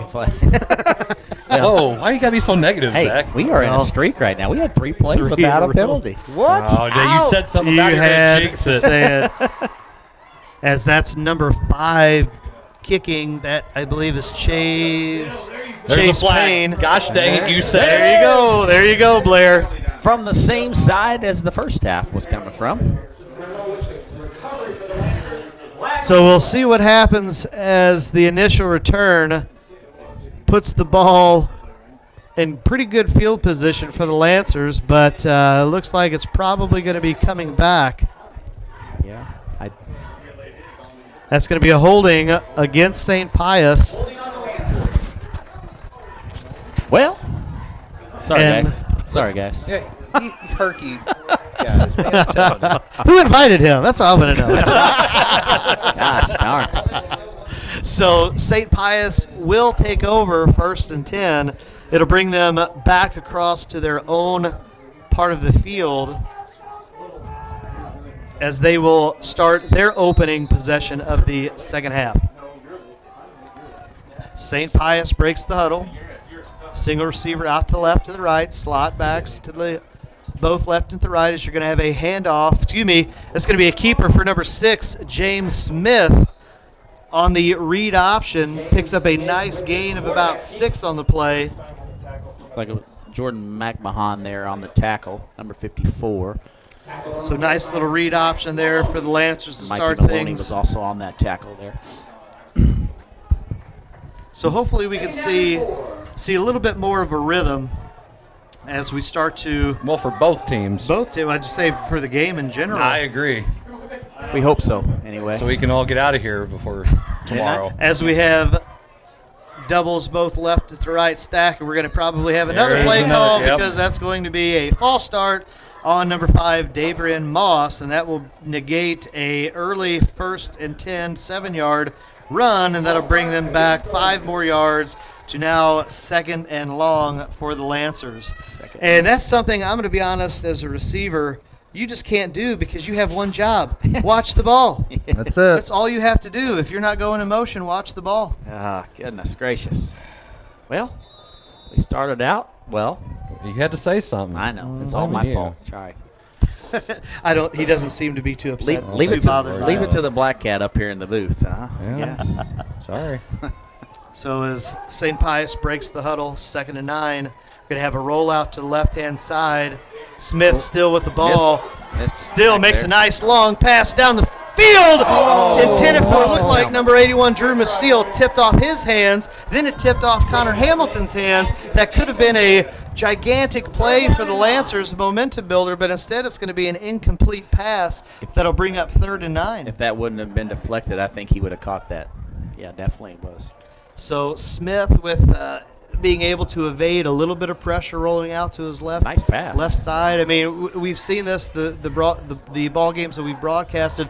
James Smith has an excellent arm. Yes, he I mean, does. there's some arm talent there. It's just a matter of sometimes the decision making that they have. As we were going to have another play because the play clock was winding down, and if you're Herculaneum, you're going to go ahead and decline this penalty. So, again, some discombobulation on the part of the Lancers. As we'll wait and see if assuredly Herculaneum will decline the penalty. We're going to say illegal shift, and they're going to decline it. So that'll bring up a 4th and long. So not exactly what you were hoping for Dan Oliver and company. Basically, right where they took over possession after the initial holding penalty on the return, going to bring up a 4th and long, and James Smith with the pooch kick out to number 33, Lucas Barr, takes a bounce out to the side And Herculaneum will take over their second possession of the evening at their own 26-yard line. Yeah, well, and I still believe that it's going to be the first team that gets into some kind of offensive rhythm, coaches, and we haven't seen that yet here in the first 2 minutes of the third quarter. Yep. So, but it's kind of the game of rhythm, and I feel like that's going to be the difference in this second half. And who's going to do that, and who's going to get on top of that first? I think that's going to be a difference. I think the Lancers should turn around and actually run their offense and just move backwards, because that's exactly the only way they're going forwards is going backwards right now. They got to be more disciplined. So Blackcats got 3 to the left. Like a pass out to the inside, and he cuts back in. Gains about 2, maybe 3. So something a little different look there. You had Barr in the backfield, and Maloney was one of the slot receivers. They motioned Barr out to the left-hand side, trying to set up. Basically, I mean, we would call it a little bubble route that's an extension of a run game. And being 6'3", he's able to kind of stretch out his arms there and pick up a gain of about 1.5. Yeah, it looks like they gave him down earlier though, and didn't give him the extension. All right, well, so the Deering in the shotgun here. Got 2 to the left, 1 in the backfield here. It's a snap. It's off. Pass to the outside, number 33. Yes. No, that's not 33. That's 15. Is that Dylan Jarvis? I believe so. Dylan Jarvis on the reception there, right at the first down marker. Looks like it's going to be a first down. And with that pitch and catch, you start to see, like I said, a little bit of rhythm here for the Blackcats. As Deering, I mean, on the year, we've talked about where he's at and where he ranks in the St. Louis area. 7th in terms of passing yards at 840, 5th in terms of TD throws. So if he can get a little momentum here for the Blackcats, look out. Yeah, definitely. Here's a snap to the right side. It's got Lucas Barr open here, and he just throws it away. SC is outside the tackle box. No intentional grounding there, as no one was anywhere near the vicinity of the play. It'll bring up a 2nd and 10 for Herculaneum. Yes, 2nd and 10 here, and had a guy open, but I don't think one of the guys ran the wrong route. Looks like to me, from what I was watching from that standpoint. So still, we haven't seen anything going to Maloney. Maybe trying to get anything going against this Lancer 3-3 stack defense. Yeah, so we got 3 here to the right. Maloney in the backfield here. Here's the snap. And it gets about to Dylan Jarvis to the outside, and he gets a first down and a few more. Almost to the 50-yard line, and looks like Dylan Jarvis is slow to get up here with this one. Tackled on the play by looked like number 7, Nolan Sipple. And I think if you're Coach Dan Oliver, you're fine with that. I mean, the ball's not going to their playmaker Barr, and you're bending, not breaking. And I think if you're Coach Boss, you're absolutely fine with that, because you're picking up some first downs and, like you said, getting a little rhythm going. Yeah, I think you'll see a run here to Maloney. Jarvis just came out of here, so you've got another guy in the out here, 2 to the left, 2 to the right here, Maloney in the backfield. Interesting to see if they run the ball here. Lucas Barr in motion, and he goes right up the middle. Yep, and gain of about 2 or 3 there. Stopped on the play by number 56, Alex Moises. And off to the guy in the motion. So Herculaneum able to string a few plays together without any type of infraction stopping play. So could be a record for the night. Don't try to jinx it, Coach. Come on now. Turnabout's fair play, we're right? up to about 5 plays in a row. Nice. All right. Yeah. You gonna put that? We could put that a little counter on there. We should. 2nd and 6. Too much work. I don't know. Well, For the Blackcats here, 2 to the left, 2 to the right. Deering in the shotgun. Here's a snap. Got time. Finds a man about the 40. Lucas Barr gets the back down to about the 37, 38-yard line for a Blackcat first down. Stopped on the play by number 5, Debray Moss, and number 23, Justin Lane. And I'm all for giving a little bit of cushion, but I don't necessarily like it in the slot, and I don't necessarily like it against their top receiver. Yes. And here, another thing, they're getting Deering is having some time to throw here, which didn't have in the first half. So it seems like it's paying off right now. This guy in motion, hand off to Maloney up the middle, breaks a tackle or 2, and gets all the way down to about the 14, 13-yard line And that's number 2, Eli Frimmel, and number 7, Nolan Sipple in the secondary with the touchdown-saving tackle. Yes, it and, was. Coach, we just said it.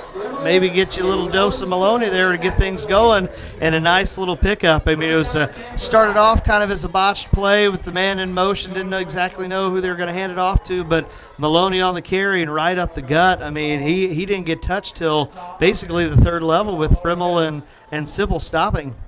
All right, 1st and 10 here for the Blackcats from the 12-yard line, looks like.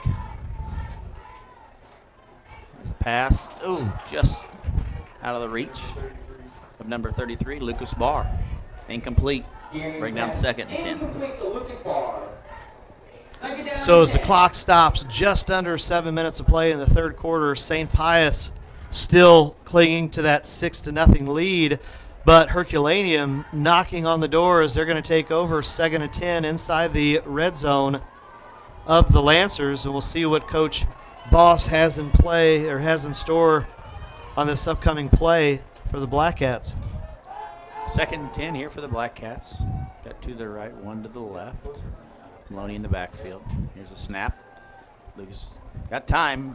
Oh, interception. Pass was intended for, I believe, 33 Barr. It bounces off of his chest and into the hands of the Lancers, and all of that momentum that Herculaneum built is gone away, and St. Pius dodges a bullet there as they will take over 1st and 10 at their own 10-yard line. Coach Blair, what a play. Yeah, well, definitely was a nice hit. That ball bounced. I mean, as soon as he caught that ball, he hit him from the backside and just bounced that ball right up into the hands of the Lancers. So. Justin Lane with the interception, his first on the air. Nice. So as we have a give here to number 5, Dabrian Moss up to the left side. Gain of about 2 on the play. Let's see what St. Pius can do now as they take over. If they want to establish the run, they've got to stay on their blocks and try to win the line of scrimmage without holding.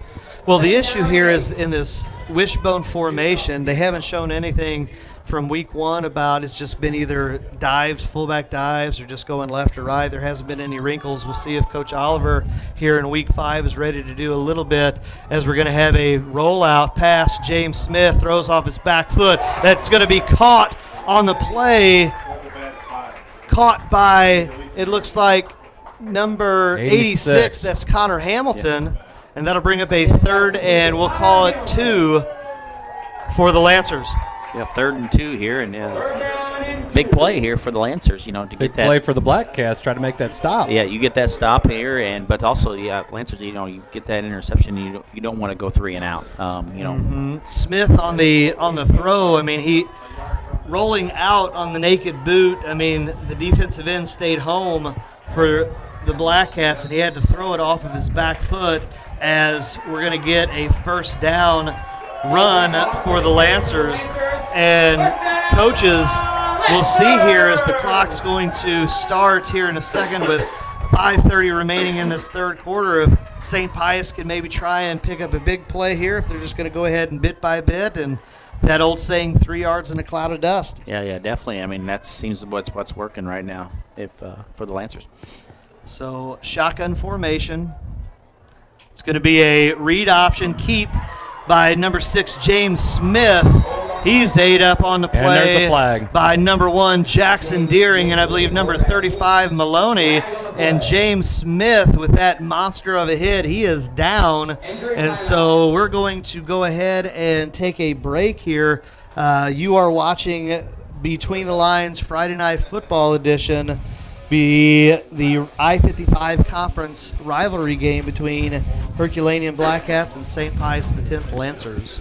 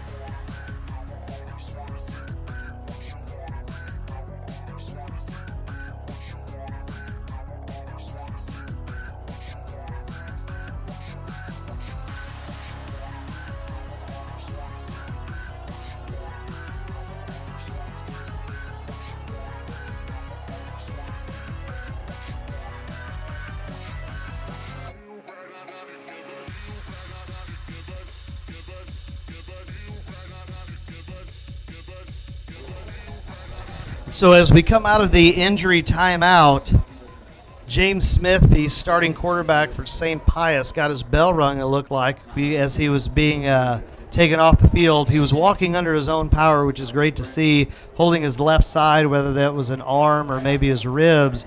But as we got the call here, it was offsetting penalties, one against Herculaneum, and they think with a helmet-to-helmet hit, and then a hold against the Lancers. So all that for naught, and as the clock's going to run under 5 minutes remaining of the third quarter, we're going to have a new quarterback. That's going to be number 14, sophomore Brennan Irvin, in for at least one play here, as we're going to have a give to Justin Lane, another sophomore, 23, still on his feet. Pickup of about 4 on the play, and Irvin looks like he's going to go ahead and stay outside. And with that, we'll see what type of play caller we're going to get with Coach Oliver and the Lancers. Yeah, definitely it's going to be a change of pace here if you're the Lancers, so we'll be interested to see what they do here. 2nd and 6. 2nd and 6 here with 4:20 as the clock continues to run down. St. Pius breaks the huddle, shotgun formation. Moss in motion. It's going to be a give to Dabrian Moss right up to the left-hand side. Pick up short gain only of about 1.5 yards, 2, and that'll bring up a 3rd and 4 for St. Pius. So big decision time here for Coach Oliver if you're going to be content with handing the ball off with a sophomore quarterback, or if you're going to say, you know what, hey, let's go ahead and let's let him throw the ball. If you're going to let him throw it, it's got to be something. It's going to be something that he likes, easy. something easy, something comfortable here. Short. So pretty big play right now, as we're going to have an I formation look, something that we haven't seen too much, as Herculaneum looks to be blitzing on the play. So we're going to have a give here to Austin McGuckin, lowers the shoulders, and they're going to. My goodness, there's a flag. And with that, a lot of extracurricular activity as McGuckin thinks that he had maybe a face mask or something. And that'll bring up a 4th and short. Never heard a whistle blow. Never heard a whistle blow. That'll bring up and a then finally 4th whistle and blow 1. after they were running, hitting each other. So James Smith, also the team's punter. So we'll see what happens here with the Lancers, as it looks like Drew Merciel now is back deep to kick for St. Pius. Merciel go ahead and he gets the punt away. That's number 33, Lucas Barr, still on his feet on the nice kickoff return. To the outside. Breaks the tackle, and he's finally pushed out of bounds by number 1, Austin McGuckin, and Herculaneum with 2:41 remaining to go in this third quarter. With that return, guys, momentum seems to be shifted in the favor of visiting Blackcats. Yeah, definitely right there. I mean, when your quarterback goes down a little bit and has a change of pace a little bit, you could tell the Lancers were not comfortable in that sense, and the Blackcats took that nice punt there and Lucas Barr was able to get it all the way down to the Lancer. What's that, 24? 25. So St. Pius, the last 3 weeks only giving up 12 points. They're going to have, their defense is going to have to really pick up this second half, as quarterback James Smith is out, as Deering is going to have his pass tipped. That's going to be incomplete. McGuckin looking around, looking for it, almost caught by number 33 Barr. But after all of that, guess what's on the ground, guys? Is there a penalty? There is a flag on the play. Holy moly! Looks to be initial chop block against Herculaneum, so that will back up the Blackcats. And a lot of action here going on as Herculaneum has taken over after the excellent return by number 33, Barr. Yeah, nonetheless, penalties are going to kill you, and you can't all that momentum there. And we're going back here to a lot of opportunities. So as the officials mark off the penalty, that'll be a first down for Herculaneum. 2:34 left to go in this third quarter. And so right there you get, after the return, just a little bit of a breathing room a little bit of a reprieve here for Dan Oliver's Lancers. 28.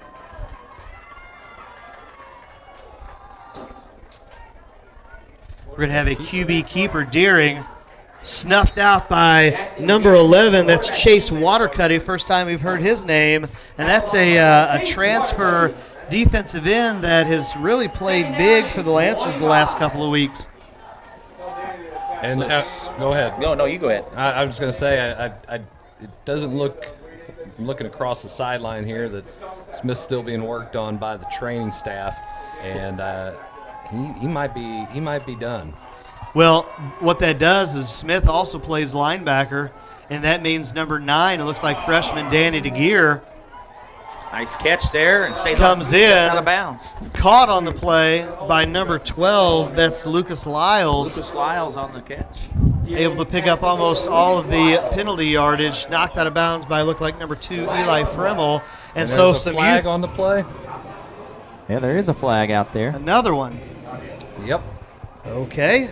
Yep. Flag thrown just outside the 40. So just when you think we have some type of play, there's another flag on the Blackcats that will bring them back more yardage. So instead of being 1st and 10 at the Lancer 25, it's going to be 2nd and forever on Herculaneum's 46-yard line. You know, Coach Blair. Josh Holland right now would be saying, guys, they're trying. they're just cheating. They can't do that. Give me a chance here. How we got 2 to the left, 2 to the right for the Blackcats. Number 5 is in motion. Hand off to the reverse. Looks like he's got a chance. Gets to the outside. He may get it. One block. And he'll get all the way out to I can't tell if it's just 40. right outside the St. Pius logo, if that's another flag or if that's a mouthpiece. That's a mouthpiece. Okay. like a mouthpiece. Okay. Now you're just getting jumpy. I'm assuming right now. It's hard not to. It's hard not to, as that's going to bring up a 3rd and long, very long for the Blackcats. And I'm going to be honest with you, if they don't pick up this first down because it's 3rd and 29, I'd almost go ahead and go for it. Yeah, definitely. And where you're at, and you know you got your might be a backup quarterback. flag. You get your backup quarterback in, and so make it a little bit difficult. So we got 3rd and 29 here. 3 to the left, 1 to the right. Deering back to pass, is pressured, and he's sacked. Stuffed on the play by McGuckin and Moises. Moises did not say a word. No, but he needs to make sure that he doesn't pick up another penalty he was trying to as he continued to look at the Herculaneum bench. And that will bring up a 4th and forever situation, and you would have to think that Herculaneum is going to punt, and that's the case as I believe that's a number 5, Chase Payne, back to kick for Herculaneum, and number 2, Eli Frimmel, back deep to return for the Lancers. See if the Lancers can get a good return. Good kick. Kick takes an excellent Herculaneum bounce. He picks it up. Eli Frimmel still on his feet. Going to be brought down by a host of Lancers. Looked like number 33 Barr on the stop, and St. Pius will take over. 1st and 10 with under a minute remaining in this 3rd quarter at their own, we'll call it 34-yard line. And still with holding on to a 6-0 lead. So, Coach Blair, what do you do in this situation where you have your backup QB, sophomore Brennan Irvins, checked in, James Smith, starting QB and linebacker, is out? What's your plan? I definitely think you try to run the ball here and just try to outcome the clock. You got the lead, and give it to Moss and let him go with it. Irvin back to pass. Going to let one loose. It's going to be short.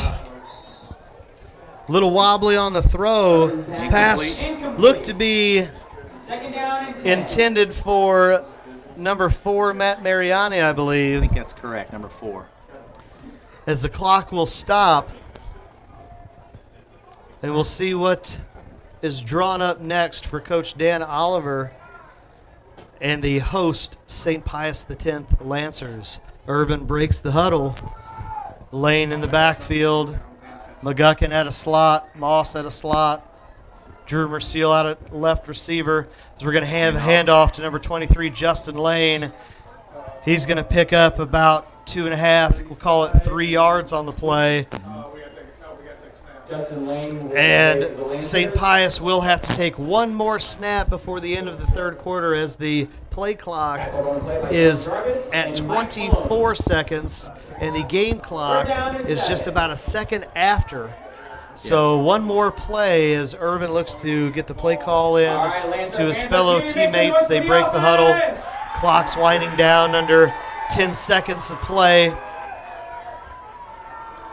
Takes the snap. Looks back to throw.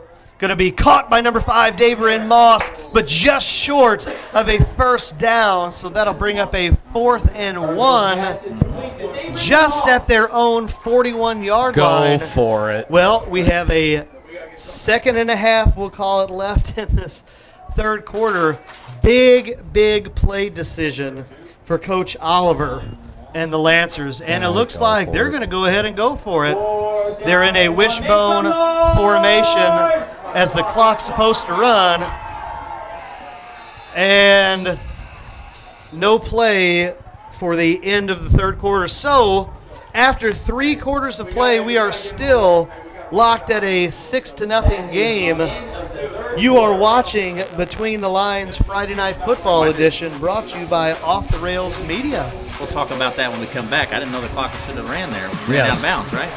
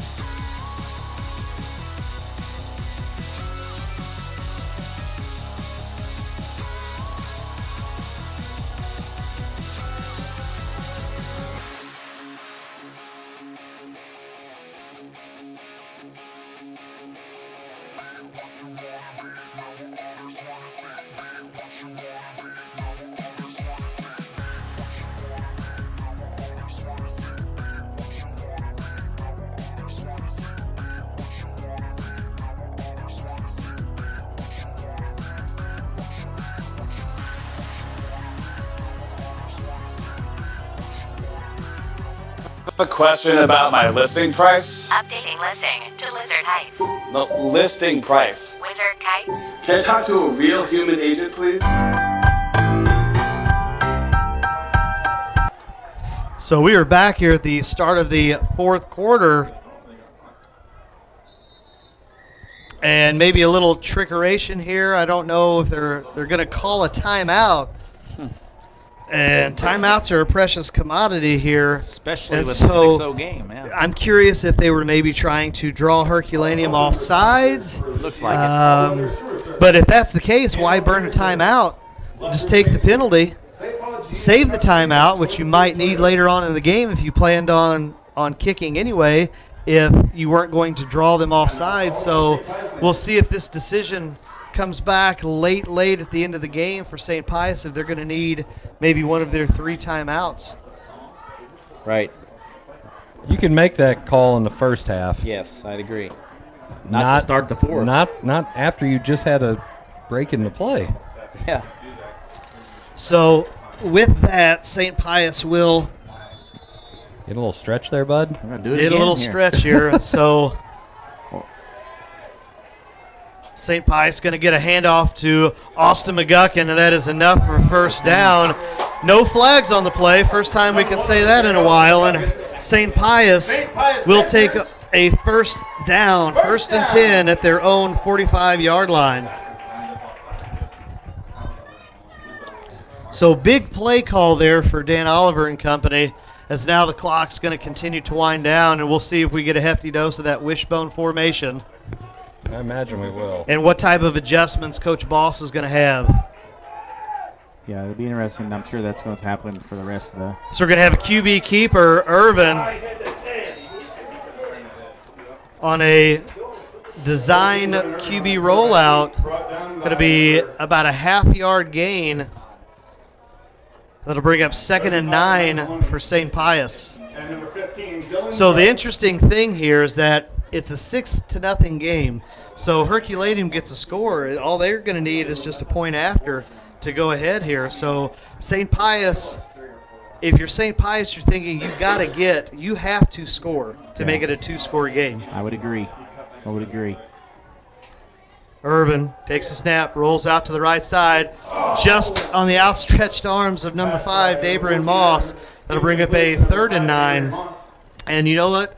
Dan Oliver, he's going to say, you know what? I'm going to do the same exact play calling I have with my backup QB as I have my first string. Looks as like James Smith is out warming up over there across the way and is running some stuff over there. At least I think that's who it is. Can't really tell. So St. Pius. No, that's number 9. It looks like Danny DeGear, freshman. Okay. I formation.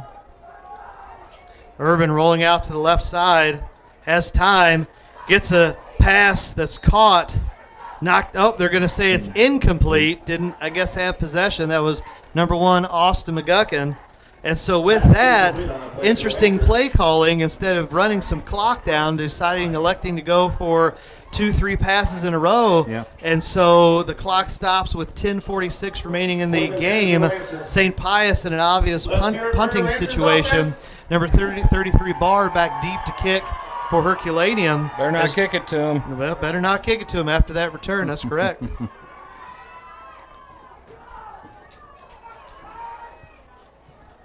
So we're going to have a kick up to the left side.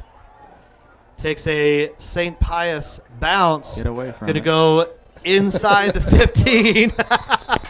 Coach Blair did not like that, as Herculaneum, with 10:33 remaining in the ball game, is going to take over 1st and 10 at their own 12-yard line. So, Coach Blair, what do you think is going to happen now as the Blackcats take over? Well, I think you got to give Maloney some looks here and some opportunities here to maybe run the ball and to expect a pass, but also that that handoff to the guy in motion seems to be a good fit here earlier in the 3rd quarter.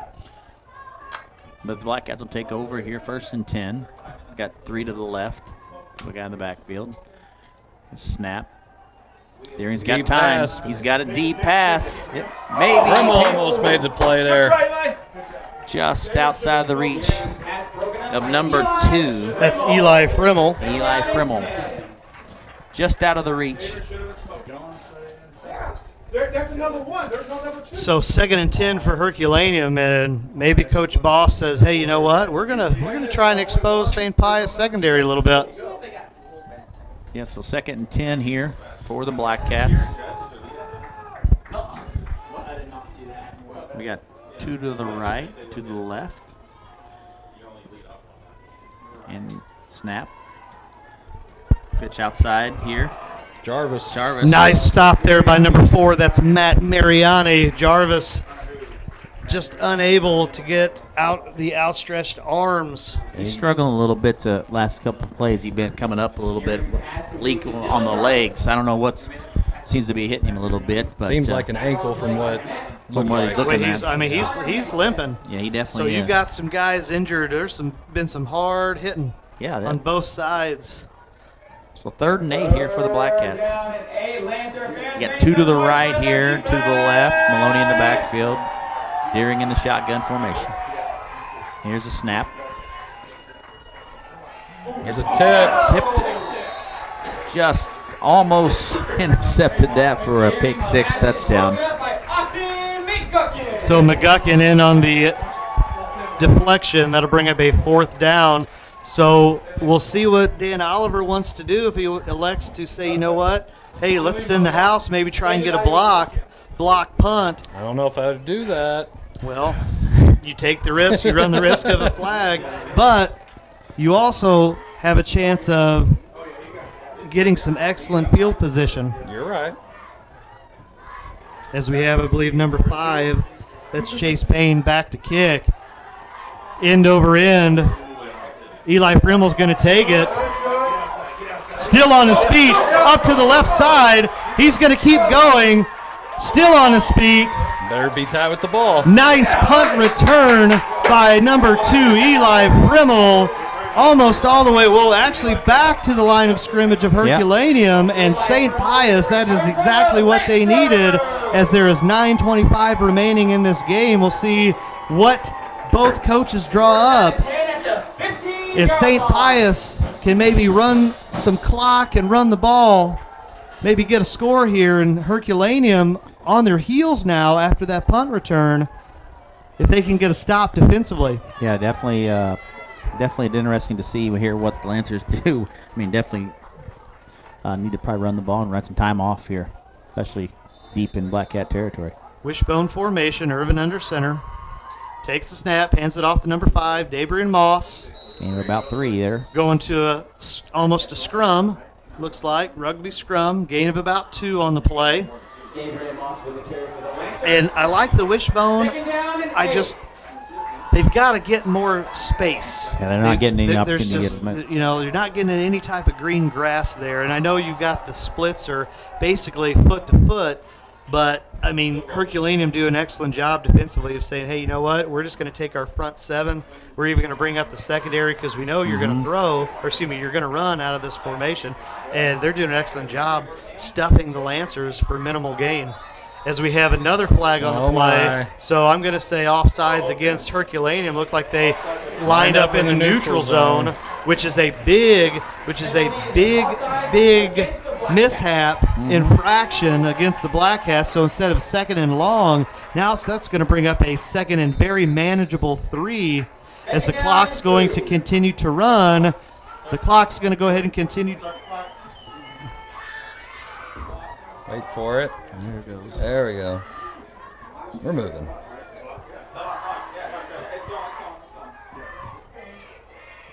Oh, God bless. That's scary. So, you talk about technical difficulties. There's all kinds of technical difficulties up here in the press box. I mean, it is just one of those nights. Is it a full moon tonight? Do we know? No, it was 2 weeks ago. 2 weeks, okay. So 2nd and 3 here. Irvin under center. Takes the snap. McGuckin, nice cut back up the lane. He's going to roll into the end zone for a St. Pius touchdown. Austin McGuckin out at about 9 yards with the TD run. And that is exactly what Dan Oliver and the St. Pius X Lancers needed with 8:07 remaining in the game. Coach Blair, what'd you see? Definitely, you did the right thing there by running the ball and had a little bit of grass, as you were talking about a couple plays ago. Good cutback, though, right there by Austin. Yes. Definitely was. And to take that 12-0 lead here and going to go for the point after. So as we have a player running on late, Irvin. Drew Merciel back to kick. Snap is good. Hold is good. Kick is good. Kick is good. So that'll bring up a 13-0 lead for the St. Pius X Lancers with 8:07 remaining.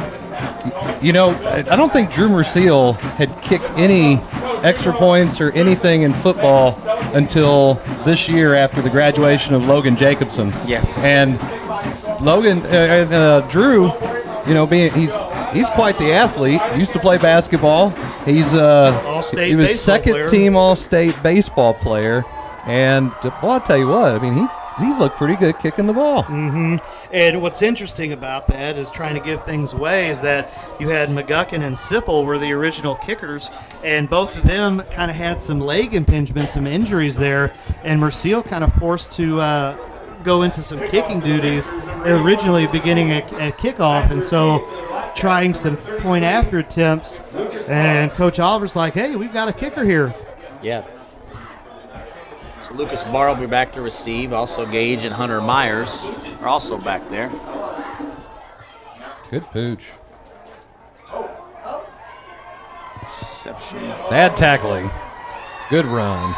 And so the Blackcats will take over from the Lancer 38. Logan Petrie on the return. Looked like freshman number 54, Caden Payne, in on the stop for the Lancers. And so excellent field position as Herculaneum takes over at their own 43-yard line. So still plenty of time with this pass-happy offense for Herculaneum. They can come up with a big play, but at some point you're going to be thinking about, after a score, onside recovery, if not stopping St. Pius the next time they get the ball. Yeah, Blackcats got 3 to the right, 1 to the left. There's a flag. Illegal shift. Legal shift. I think so. You watch your mouth. This is a family broadcast. Shift. They said, nope. Offsides. So it's going to be offsides against St. Pius, it looks like. So lining up in the neutral zone. So that'll bring up a... Interesting. I mean, I don't understand how that's not 1st and 5. Instead, now it's 1st and 6.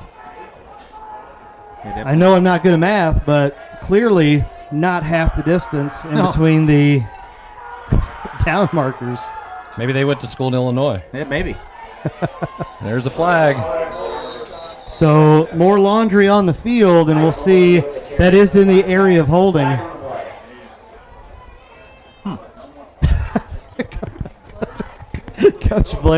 Coach Blair is just flabbergasted up here. I'm just tired of seeing freaking yellow on the field. Let the freaking boys play. Jeez. Every single play you Zach call just said to penalty. watch your mouth. My goodness. Chop block. Chop block. Another one. Well, that was something that up here, we're next to the St. Pius coaching staff, and that was something at about the second play of the game that they were screaming down to let Coach Dan Oliver know about the illegal chop blocks. And there have been several of those called, not only in the first half, but in the second half as well. So St. Pius Herculaneum with that infraction is going to bring up a 1st and 20. 1st and 20. Crazy. All right, well, here we got 2 to the right, 2 to the left here. Jackson back to pass. He's got time to throw. Got a man right there, open. So Dylan Jarvis on the nice catch, and number 86, Connor Hamilton. So all of the penalty yardage back, and then some, with a nice pitch and catch from Jackson Deering to senior Dylan Jarvis. And coaches, that's the first time we've seen in a while where the line, I think, had done a pretty decent job of blocking. Gave him a good amount of time there to make a pass, as Coach Miller called it out there. So we got 3 here to the left, 1 in the backfield here. Here's a snap. Deering got Lucas on the outside. It might have been a hold, but he got by with it. Ran over Jarvis and his broken leg here on the sidelines. So depending on, and that would be Coach Jarvis. Yes, Coach Jarvis. So the way they mark it, it's going to be just shy. Oh, I don't know. I think it's going to be a 1st down. Well, we've got the near official is signaling. Yep, all right, calling it 1st down. Near official was lined up for a 1st down. Far official was lined up about a yard short. That's who you go with. So clock's continuing to run down under 7 minutes. So got 3 to the right. Maloney in the backfield. Jackson in the shotgun. Here's a snap. Got some time. So not really going to pick up any yardage. Maybe a yard, if that. No, I think it's going to stop the clock at 6:44. Herculaneum inside St. Pius territory at the Lancer. We'll call it 47. Or 46. All right, so 6:44 here left in the 4th quarter. Pius up 13-0. 2nd and 9 for the Blackcats. Waiting on the play call here. Looks like we're going to call a timeout. Play clock's running all the way down. Coach Boss is not happy about whatever's going on down there. Well, he's talking about the play clock, and it never stopped, and it went out. So I think that's what they're going to talk about. And this. they should be able to refresh it. Yeah, it's definitely a bad with that for sure. I don't know why you would want to call a timeout at that point. And now the entire play clock scoreboard. So we've got a little bit of technical difficulties here to line out, and it's not on our end this time, Chris. For once. For once, right?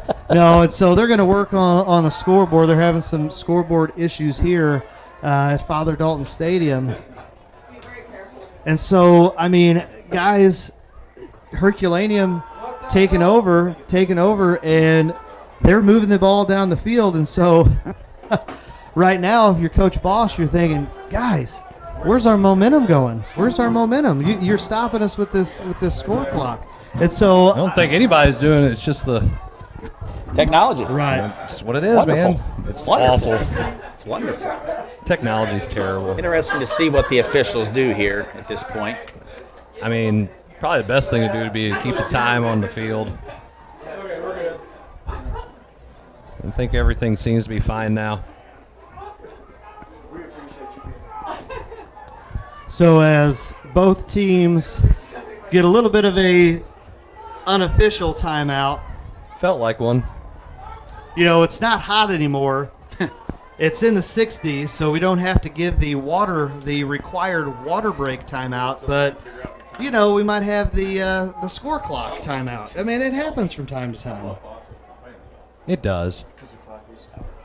So we're still kind of. They're still, I think, questioning.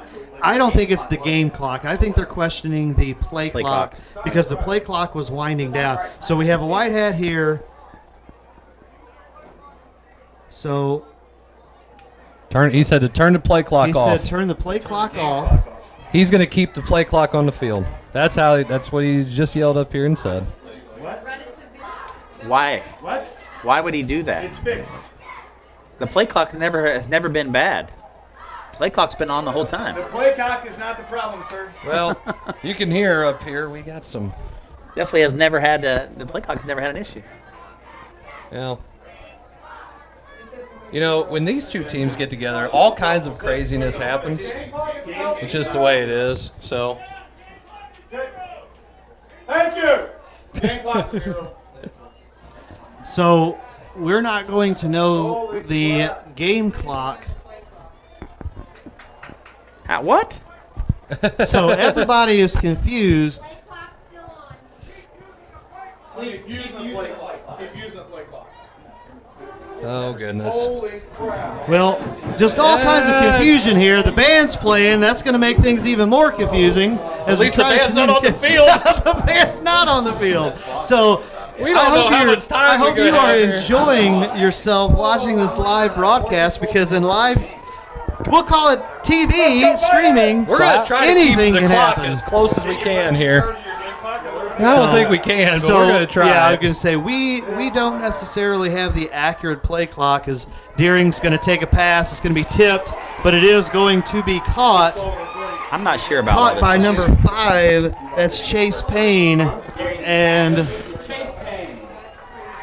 that's going to be short for Herculaneum. That's a bad spot. I believe forward progress. He had it. You think he had the first I down? do. So I do.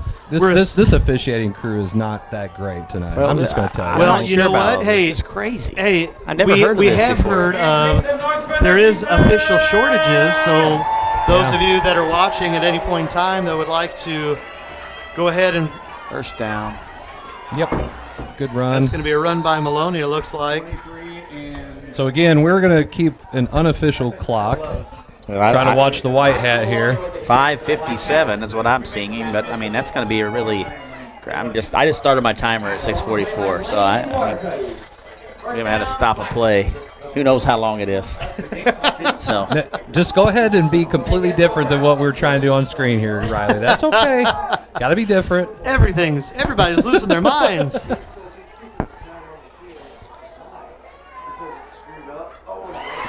Payne in on the catch. Going to be brought down by, looks like, number 86, Connor Hamilton, and number 5, Dabrian Moss. And they're going to call that just shy of the first down. Second It's and second and one. As the imaginary game clock is continuing to run. I know we have it. That's the unofficial. Yes. That's the unofficial. It's unofficial. It's good stuff, guys. yes. So We're going to guesstimate that there is 5:08 left here in the ball game.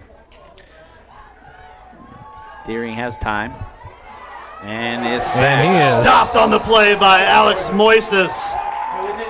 The 56 on the second. Yep. Big play there for the Lancers. Deering is a little slow to get up. Yeah, definitely is. That was a big hit. And Deering's a tough kid, man. Yes. I mean, I've seen him take a lot of hits in football and get up. And he is. So Deering, with the knee injury last year, I mean, we've got Smith, quarterback for Pius, is out. Looked like a potential shoulder injury. We've got Deering, and so now we have a timeout on the floor. Timeout on the field. And Chris, why don't we go ahead and take a timeout? Should we take a timeout? It's been we a need little to at while this here. point. It has been crazy. Oh, yeah. So you are watching Between the Lines, a Friday night football edition between Herculaneum and St. Pius, the 10th, presented by Off the Rails Media.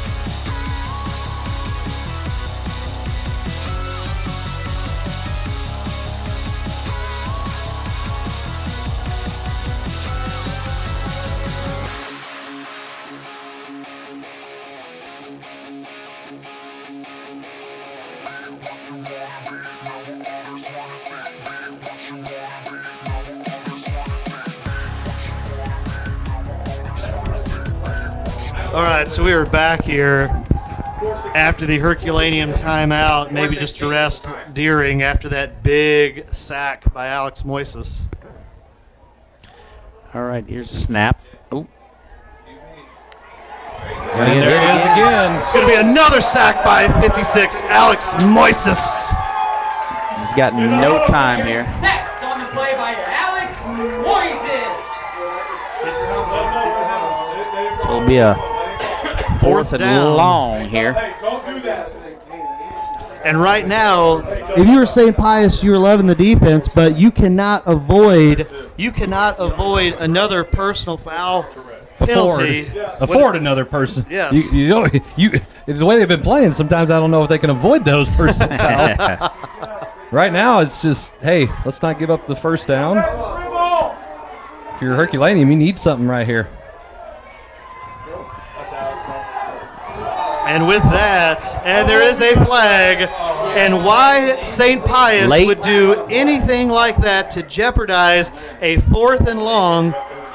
Herculaneum is going to get a first down after Dabrian Moss and Austin McGuckin hit Jackson Deering late for a roughing the passer penalty. I believe that was Alex Moises. Oh, Moises. Well, it was one of them. Pretty rough. Pretty not very good there. Not a smart decision if you're Herculaneum with new life. He didn't mean to hit him. He got pushed into him. That's okay. That's okay. Oh, boy. So, I mean, what could have potentially sealed the game yet again, personal foul penalties. 40 seconds. Personal foul penalties costing St. Pius, and Herculaneum with new life here with what we are assuming is about 3:30 left to go in the game as the score clock is being kept officially by the referees on the field. By the unofficials? Two to the right, two to the left. Jackson has some time. Is incomplete. And we're going to call a pass interference flag on number 4, Matt Mariani, and this is exactly what happens with St. Pius and why you don't have silly penalties when they are totally unnecessary. And they did that in the first half. They've continued to do that in the second half, and it continues to give Herculaneum new life. Yeah, it definitely has. And But, once again, you have a 13-0 lead with whatever the time left in the game clock is, 3-something or another. 3:27-ish, but give or take.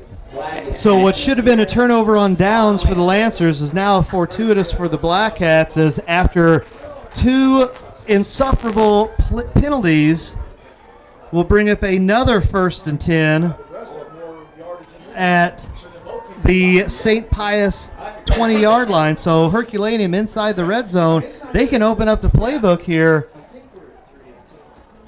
and run any type of offense that they would like. What are we Looks talking like, about over like there? Coach Oliver and the White Hat are having a conversation that's going to kind of hold the game up here a little bit. So an interesting situation now is the Herculaneum was afforded even more yardage. So what was supposed to be at the 19 now is moved up basically to the 15-yard line. Just make it up as we go. Yeah. Well, we're making up a lot of things tonight here. I'm telling you. This is a very, very interesting game. Unreal. Total penalty yardage has to be higher than both offenses still. Yes, combined. probably. I totally agree with that. So as Coach Oliver is still having a conversation with the White Hat official, and we've got to watch out here just to make sure of your Coach Oliver. He's got to keep a level head so the players keep a level head. And now we will get back to action. Okay, let's play some football. Before flag.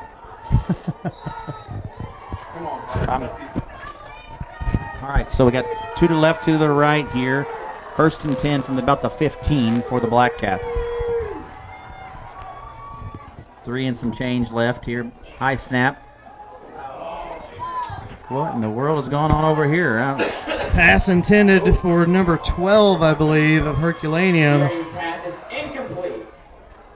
Things starting to get a little chippy. Well, they're allowing it to get that way. So it's 2nd and 10 here from the 15. Just a lot of frustration on the field from the players and the coaches, and you start to get the fans in the stands here. We're frustrated. You know, we want to watch football and call the game. I just want to watch football, a good football game.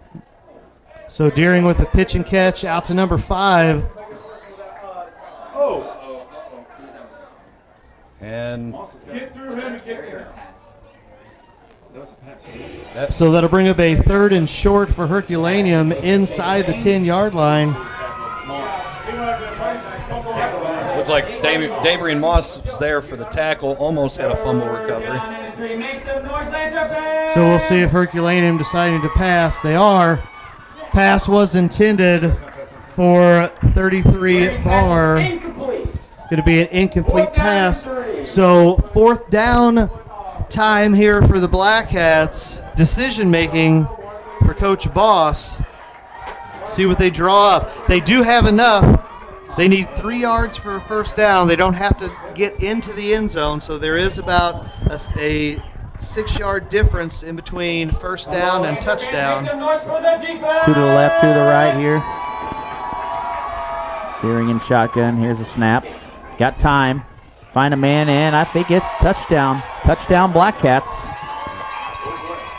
I still haven't seen a signal. Yeah, he's touchdown on the side, Is however. it? Okay.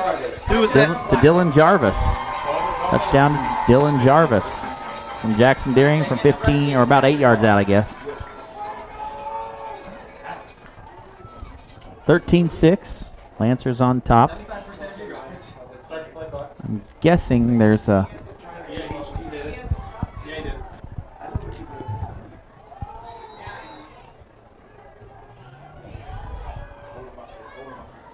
There's 2 guys in motion. Pass, 2-point conversion. So an obvious infraction here for the Blackcats, not seen, but 2-point attempt is no good. And with that, the score is going to be 13-6. So we're guesstimating about 2:46 left to go in the ball game. Onside. Probably going to be an onside kick here. I would say you're probably...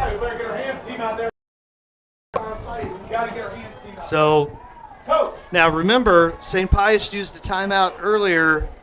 Basically, what the first, 4th and 1 play to start the 4th quarter, I believe. Yes. And then Herculaneum, I believe they still have all of their timeouts. No, they've used one. They've used one. Both teams have 2 left. 2 left. Okay. So as Herculaneum coming onto the field for their kickoff, hands team out for St. Pius. See if there's any type of trickeration here.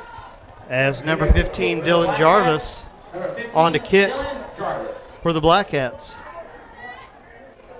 Secure Coach the Blair, ball. yeah, Coach Blair, what are you thinking right now? Well, I mean, I definitely think you're going to have to onside kick and hope for an opportunity. You still got 2 timeouts left, as does the Lancers, but it'll take a good opportunity here for them to be able to make that happen. So what's interesting, it's a 13-6 contest, 2:46 we're thinking remaining. So Herculaneum gets this onside kick and a score. They're going to have a decision to make whether to tie it up or potentially go for the win. But before that happens, we'll have to see this onside kick. Good kick. Takes a nice bounce. That is going to be recovered by number 7, Nolan Sipple. Excellent play. Man, what a kick there by number 15, Dylan Jarvis. Exactly what you draw up if you were Coach Boss.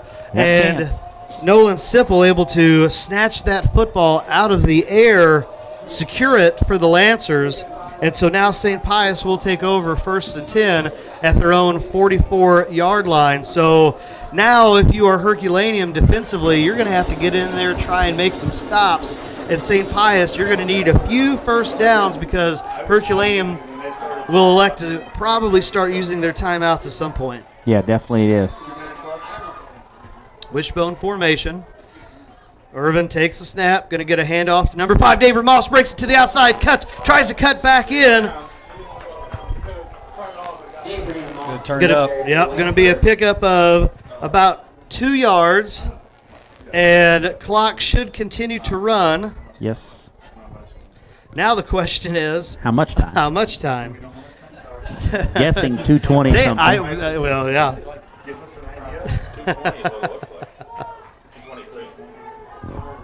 I guess we'll just play until they start blowing the whistles. I say, is it almost like soccer? Oh, stop. Don't say things like that. Well, handoff here to Austin McGuckin, number 1.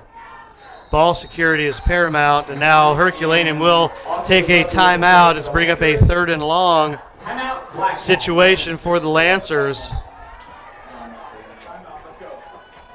Well, interesting, to say the least.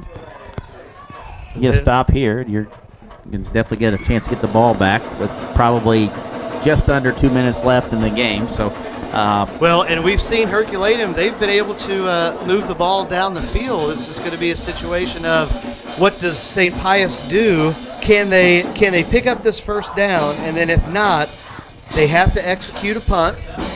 They definitely want to make sure they kick the ball out of bounds. They don't want to give Barr, who's already had one excellent punt return, another one, and give field position for Herculaneum. And so I still think if you're Coach Boss, you're thinking, hey, there's enough time on the clock for us to do something. Yeah, I totally agree. And I think there's, none of these fans know how much time's left, so they ain't going to get too rowdy about it, So what would you guys run right now if you're St. Pius? Right now, I would – man, that's tough because I don't know. I'm going to give the ball to Justin Lane, 23. We haven't seen him at all. We haven't heard from him at all. He's had 2 carries. Do you have a trick play up your sleeve here? With a annexation of Puerto Rico.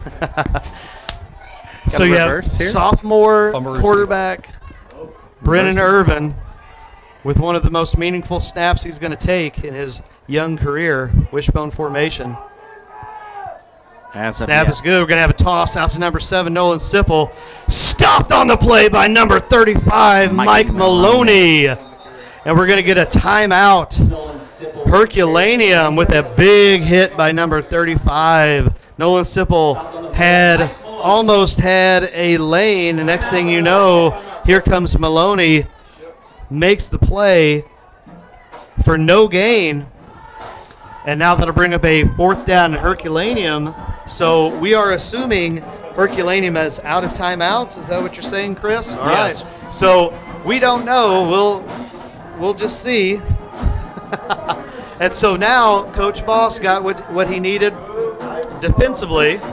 And so now Coach Oliver and staff talking about, okay, what type of play are we going to do here on 4th and 7? We've got to make a good snap. Yeah, definitely has to be that. Punt. To me, that's the most important thing. I think you got to have a phenomenal snap, and they've done a good job of quick kicking all night long. And so, well, and here's the thing, right? So Herculaneum, we talk about them moving down the ball down the field. Now that you go back and you think about it, it wasn't so much them as it was St. Pius and all of the penalties. So right now, Coach Boss is thinking, hey, let's maybe get a return on this, take care of the ball, and then let the chips fall where they may, because whether it's them completing a pass or an infraction by the Lancers. He's outside. So it's Merciel back to kick. Wobbly. He's going to keep it himself. And he's not going to have enough after the botched snap there for the Lancers. Herculaneum is going to take over control with, we're assuming, about $1.50 remaining in the game in St. Pius X territory. Interesting play call there. Well, I think it was meant to be a kick. I think it was a bad snap. Yeah, it was a bad snap. Interesting. Bad snap to Drew Merciel's left side, even though he's a right-footed kicker. And so not exactly what you drew up for St. Pius, and Herculaneum with new life. Got a chance. Got a chance. So we'll see how one of the St. Louis metro area leaders in passing and receiving can do here in this late game situation. Man in motion.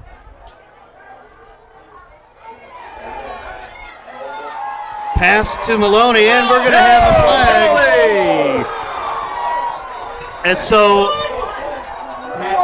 so number 4, Matt Mariani, with the tackle with a little extra, and that's going to be a personal foul for St. Pius. So the tackle for a loss is going to wind up being a horse collar personal foul, and Herculaneum will get 15 yards tacked on to the penalty.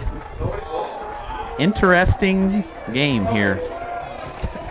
As we guesstimate, there's 1:43 left. Lots of time left if you're the Blackcats, and to that sense. In my personal opinion, is you give the ball to Maloney here and try to get a break open there, expecting you to pass or kind of, pulling you 3 out. Let's see what happens here. Come on, boys. So trips out to the right side. Here's Deering with the snap. Got time. Out to the pen. Got a man. I have no clue how much time's left, but nonetheless, we're down to the 18. That's number 12, Luke Lyles, in on the catch. You got time here. I think you got time. Good enough for a first down. Clock's going to go ahead and roll. You guess. Whitehead spinning. You got time. You don't need to rush here. You get a good play off. So you got 3 to the left here, 1 to the right. Here's a snap. Got a man open, and he gets out of bounds. Jarvis back to the 10. That's a second down and about 2 here from the 10. Just want to remind everybody that we have an unofficial clock because the officials are keeping it on the field due to some scoreboard issues. So we're assuming that there's 1:20 left in the game or something close.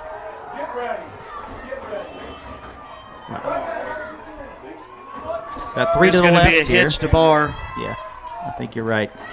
Got time. He's hit. Yes. Good. Hizzy throws. Yep, definitely was. Incomplete.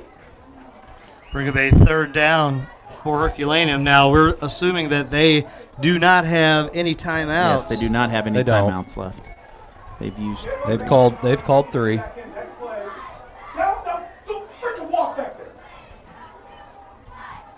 All right, so it's going to be 3rd and 2. 3rd and 2.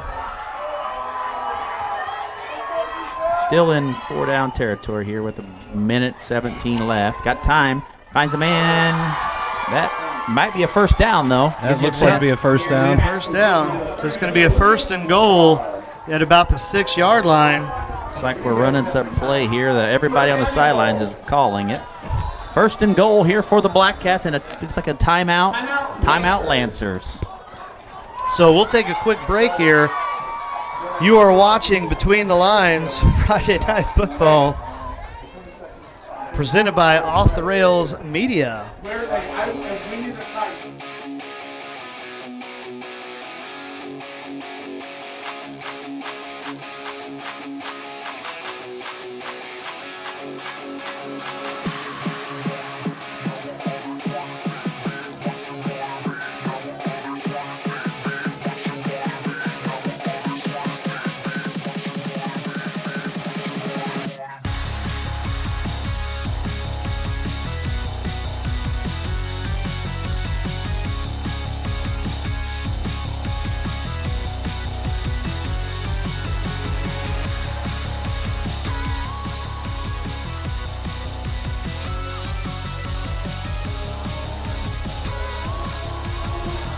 All right, so we are back here Between the Lines Friday Night Football. Herculaneum 1st and goal at their own 6-yard line. There's no play clock. Official play clock has been ruled inactive for this 4th quarter. All right, here we go. We got 2 to the left, 2 to the right. Maloney in the backfield. Deering in the shotgun formation. Here's the snap. Got time. That's a man. Oh, just outside of his hands. Incomplete. So we have a flag on the play. We're going to have a holding against Herculaneum. Wow, wow, wow. So with that, that's going to be a 10-yard infraction from the spot of the foul. Bring it up still 1st and goal, but will probably be at about the 20, 21-yard line as the officials mark off the penalty infraction. Well, here we go. 1st and 21. So you 1st and goal from the 21. 1st and goal from the 21. You can still work down the middle. You can still work seams.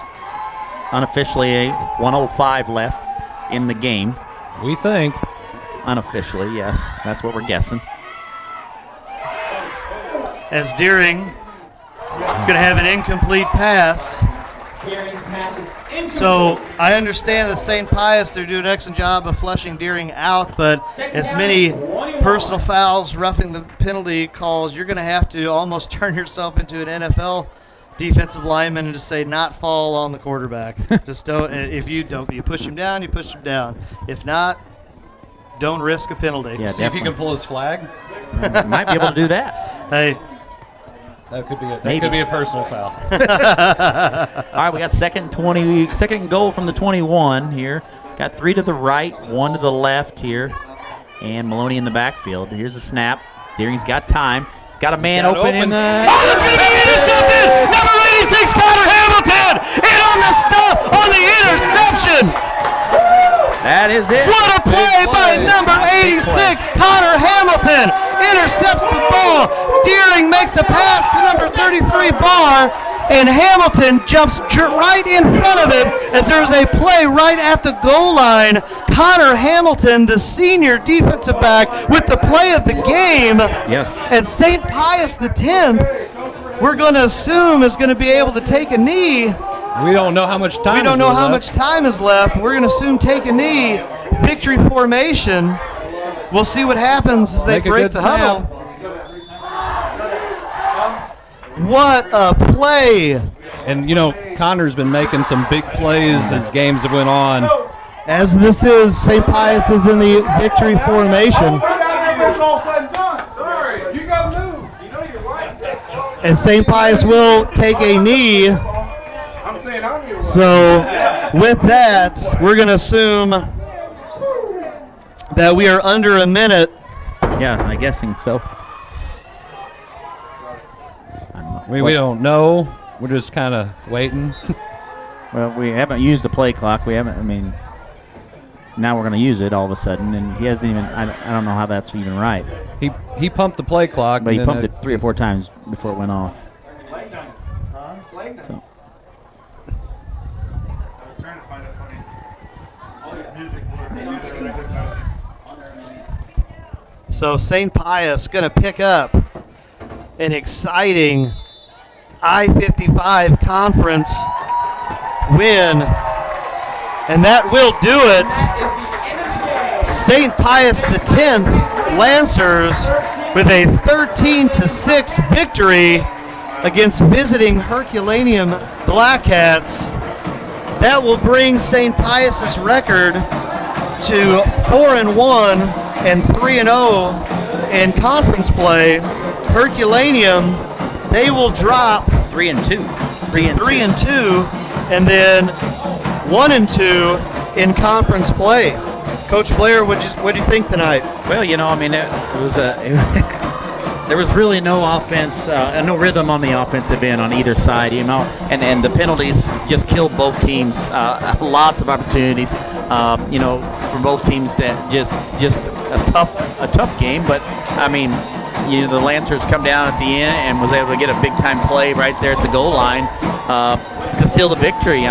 They gave him a lot of chances there and had an opportunity to have a chance there for the Blackcats, but nonetheless, you shoot yourself in the foot with a penalty at about the 5-yard line. You get the ball at the 5-yard line, and you shoot yourself in a penalty at the 21. So I think that's the key. So, and I believe Albert Pujols just hit a home run. Did he? Hey, yeah. There you go. Here we go. Yes, he did. It's number 699. So we have a final here, 13-6. St. Pius, the Lancers. So we'll do a Herculaneum Blackcats. Yeah, we can do a quick recap here. Of scoring of the scoring. flags? Because I lost track of that. And we'd be here all night if we were going to talk about the flags. So we'll just talk about the scoring. So in the first quarter, we had a 35-yard pitch and catch from James Smith to, I believe it was Matt Mariani. Brought the score 6-0. And then we had a 9-yard touchdown run by Austin McGuckin with 8:07 in the fourth quarter. And then at about 2:46 in the fourth quarter, we had a 8-yard touchdown reception. Jackson Deering with the pitch and catch to senior Dylan Jarvis. That brought the score 13-6, and that is going to be our final. So another excellent ball game, if we would like to call it that, between conference rivals, St. Pius X Lancers and Herculaneum Blackcats. And so if you're St. Pius, as you move into next week, you're still undefeated in conference. They're going to go ahead and they're going to go to Cuba, I believe. They travel to Cuba, and then Herculaneum will host Grandview next week for another conference opponent. So we will see the updated district standings after this evening and tomorrow, and see what happens with both of these squads, as as Herculaneum will most likely dip a little bit from their second place Class 3 standing. St. Pius may move up depending on how everybody else did this evening as well. So, Chris, what are your thoughts, man? Try not to have them. It's not good for the ball club when I think. I just think that the game at times was very entertaining. Some great plays by some athletes out here on the field. I hated that there was another show going on. I agree. And when you're a fan of high school sports, I don't particularly like that. And if it's that bad, it's one thing. I just don't know. From up here, some of them were pretty legit. Some of them weren't. It was just with a lot of hard hitting. There was a couple of extracurriculars that were unnecessary. Yes. But too many holding calls. The biggest thing that I take away from this game is, when St. Pius needed a play, they were able to make a play. Yeah. Whether it was on the offensive end or the defensive end. And I feel like kind of that was the difference in the game. When Pius needed a play to make, they made a play. Whether it was the sack or whether it was an interception or whether it was a nice pass on a 2nd and 21 and read a guy open. So, I think that's kind of the difference in the game, in my opinion, is St. Pius made the plays they needed to make when they needed to make them. Now, not necessarily when they didn't need to make them, they still made some plays and some dumb decisions down the stretch there for some silly penalties, but they still were able to make some plays that were very meaningful in the game, and I feel like that was kind of the difference for the Lancers. The Blackcats, struggled in the first half of getting in any kind of offensive rhythm at all. Deering was hit multiple times tonight, and I feel like that was kind of a big difference in the first half for sure.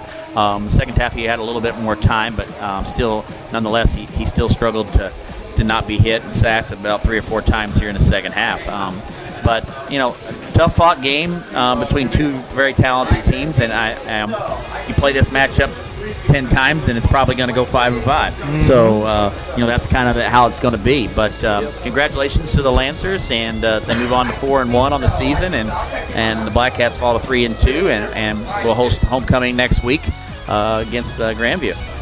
So with that being said, for Coach Riley Blair and Coach Chris Miller, this is Coach Zac McVey, and we are all a part of the Coach's Box, and you can watch our broadcast on Facebook, YouTube for free. Was it Streamline Sports app? Yes. Yep. Watch our shows. We try and go Wednesday or Thursday evenings, depending on everybody's schedule, when we're in season, out of season. I have a fourth coach in the broadcast, and that's Coach Jason Jarvis. He is part of Herculaneum football coaching staff. And, we try to have some fun, bring some humor to the area, just 4 goofy guys talking sports. And we try and do some broadcasts like we did tonight. Probably not well. We probably could have done a much better job. We got too involved into all the game and the flags and this, that, and the other. But, what we try and do is just bring you guys some free content. So, Chris, go ahead. Why don't you wrap us up here? All right, and hope everybody enjoyed the broadcast again. A lot of technical difficulties, and hopefully some of those get corrected. But thank you for watching this broadcast of Between the Lines Friday Night Football, brought to you by Off the Rails Media. Life's more fun when you're off the rails. Absolutely. And I like to live off the rails, guys. For all these guys, have a great night, and we'll see you all later.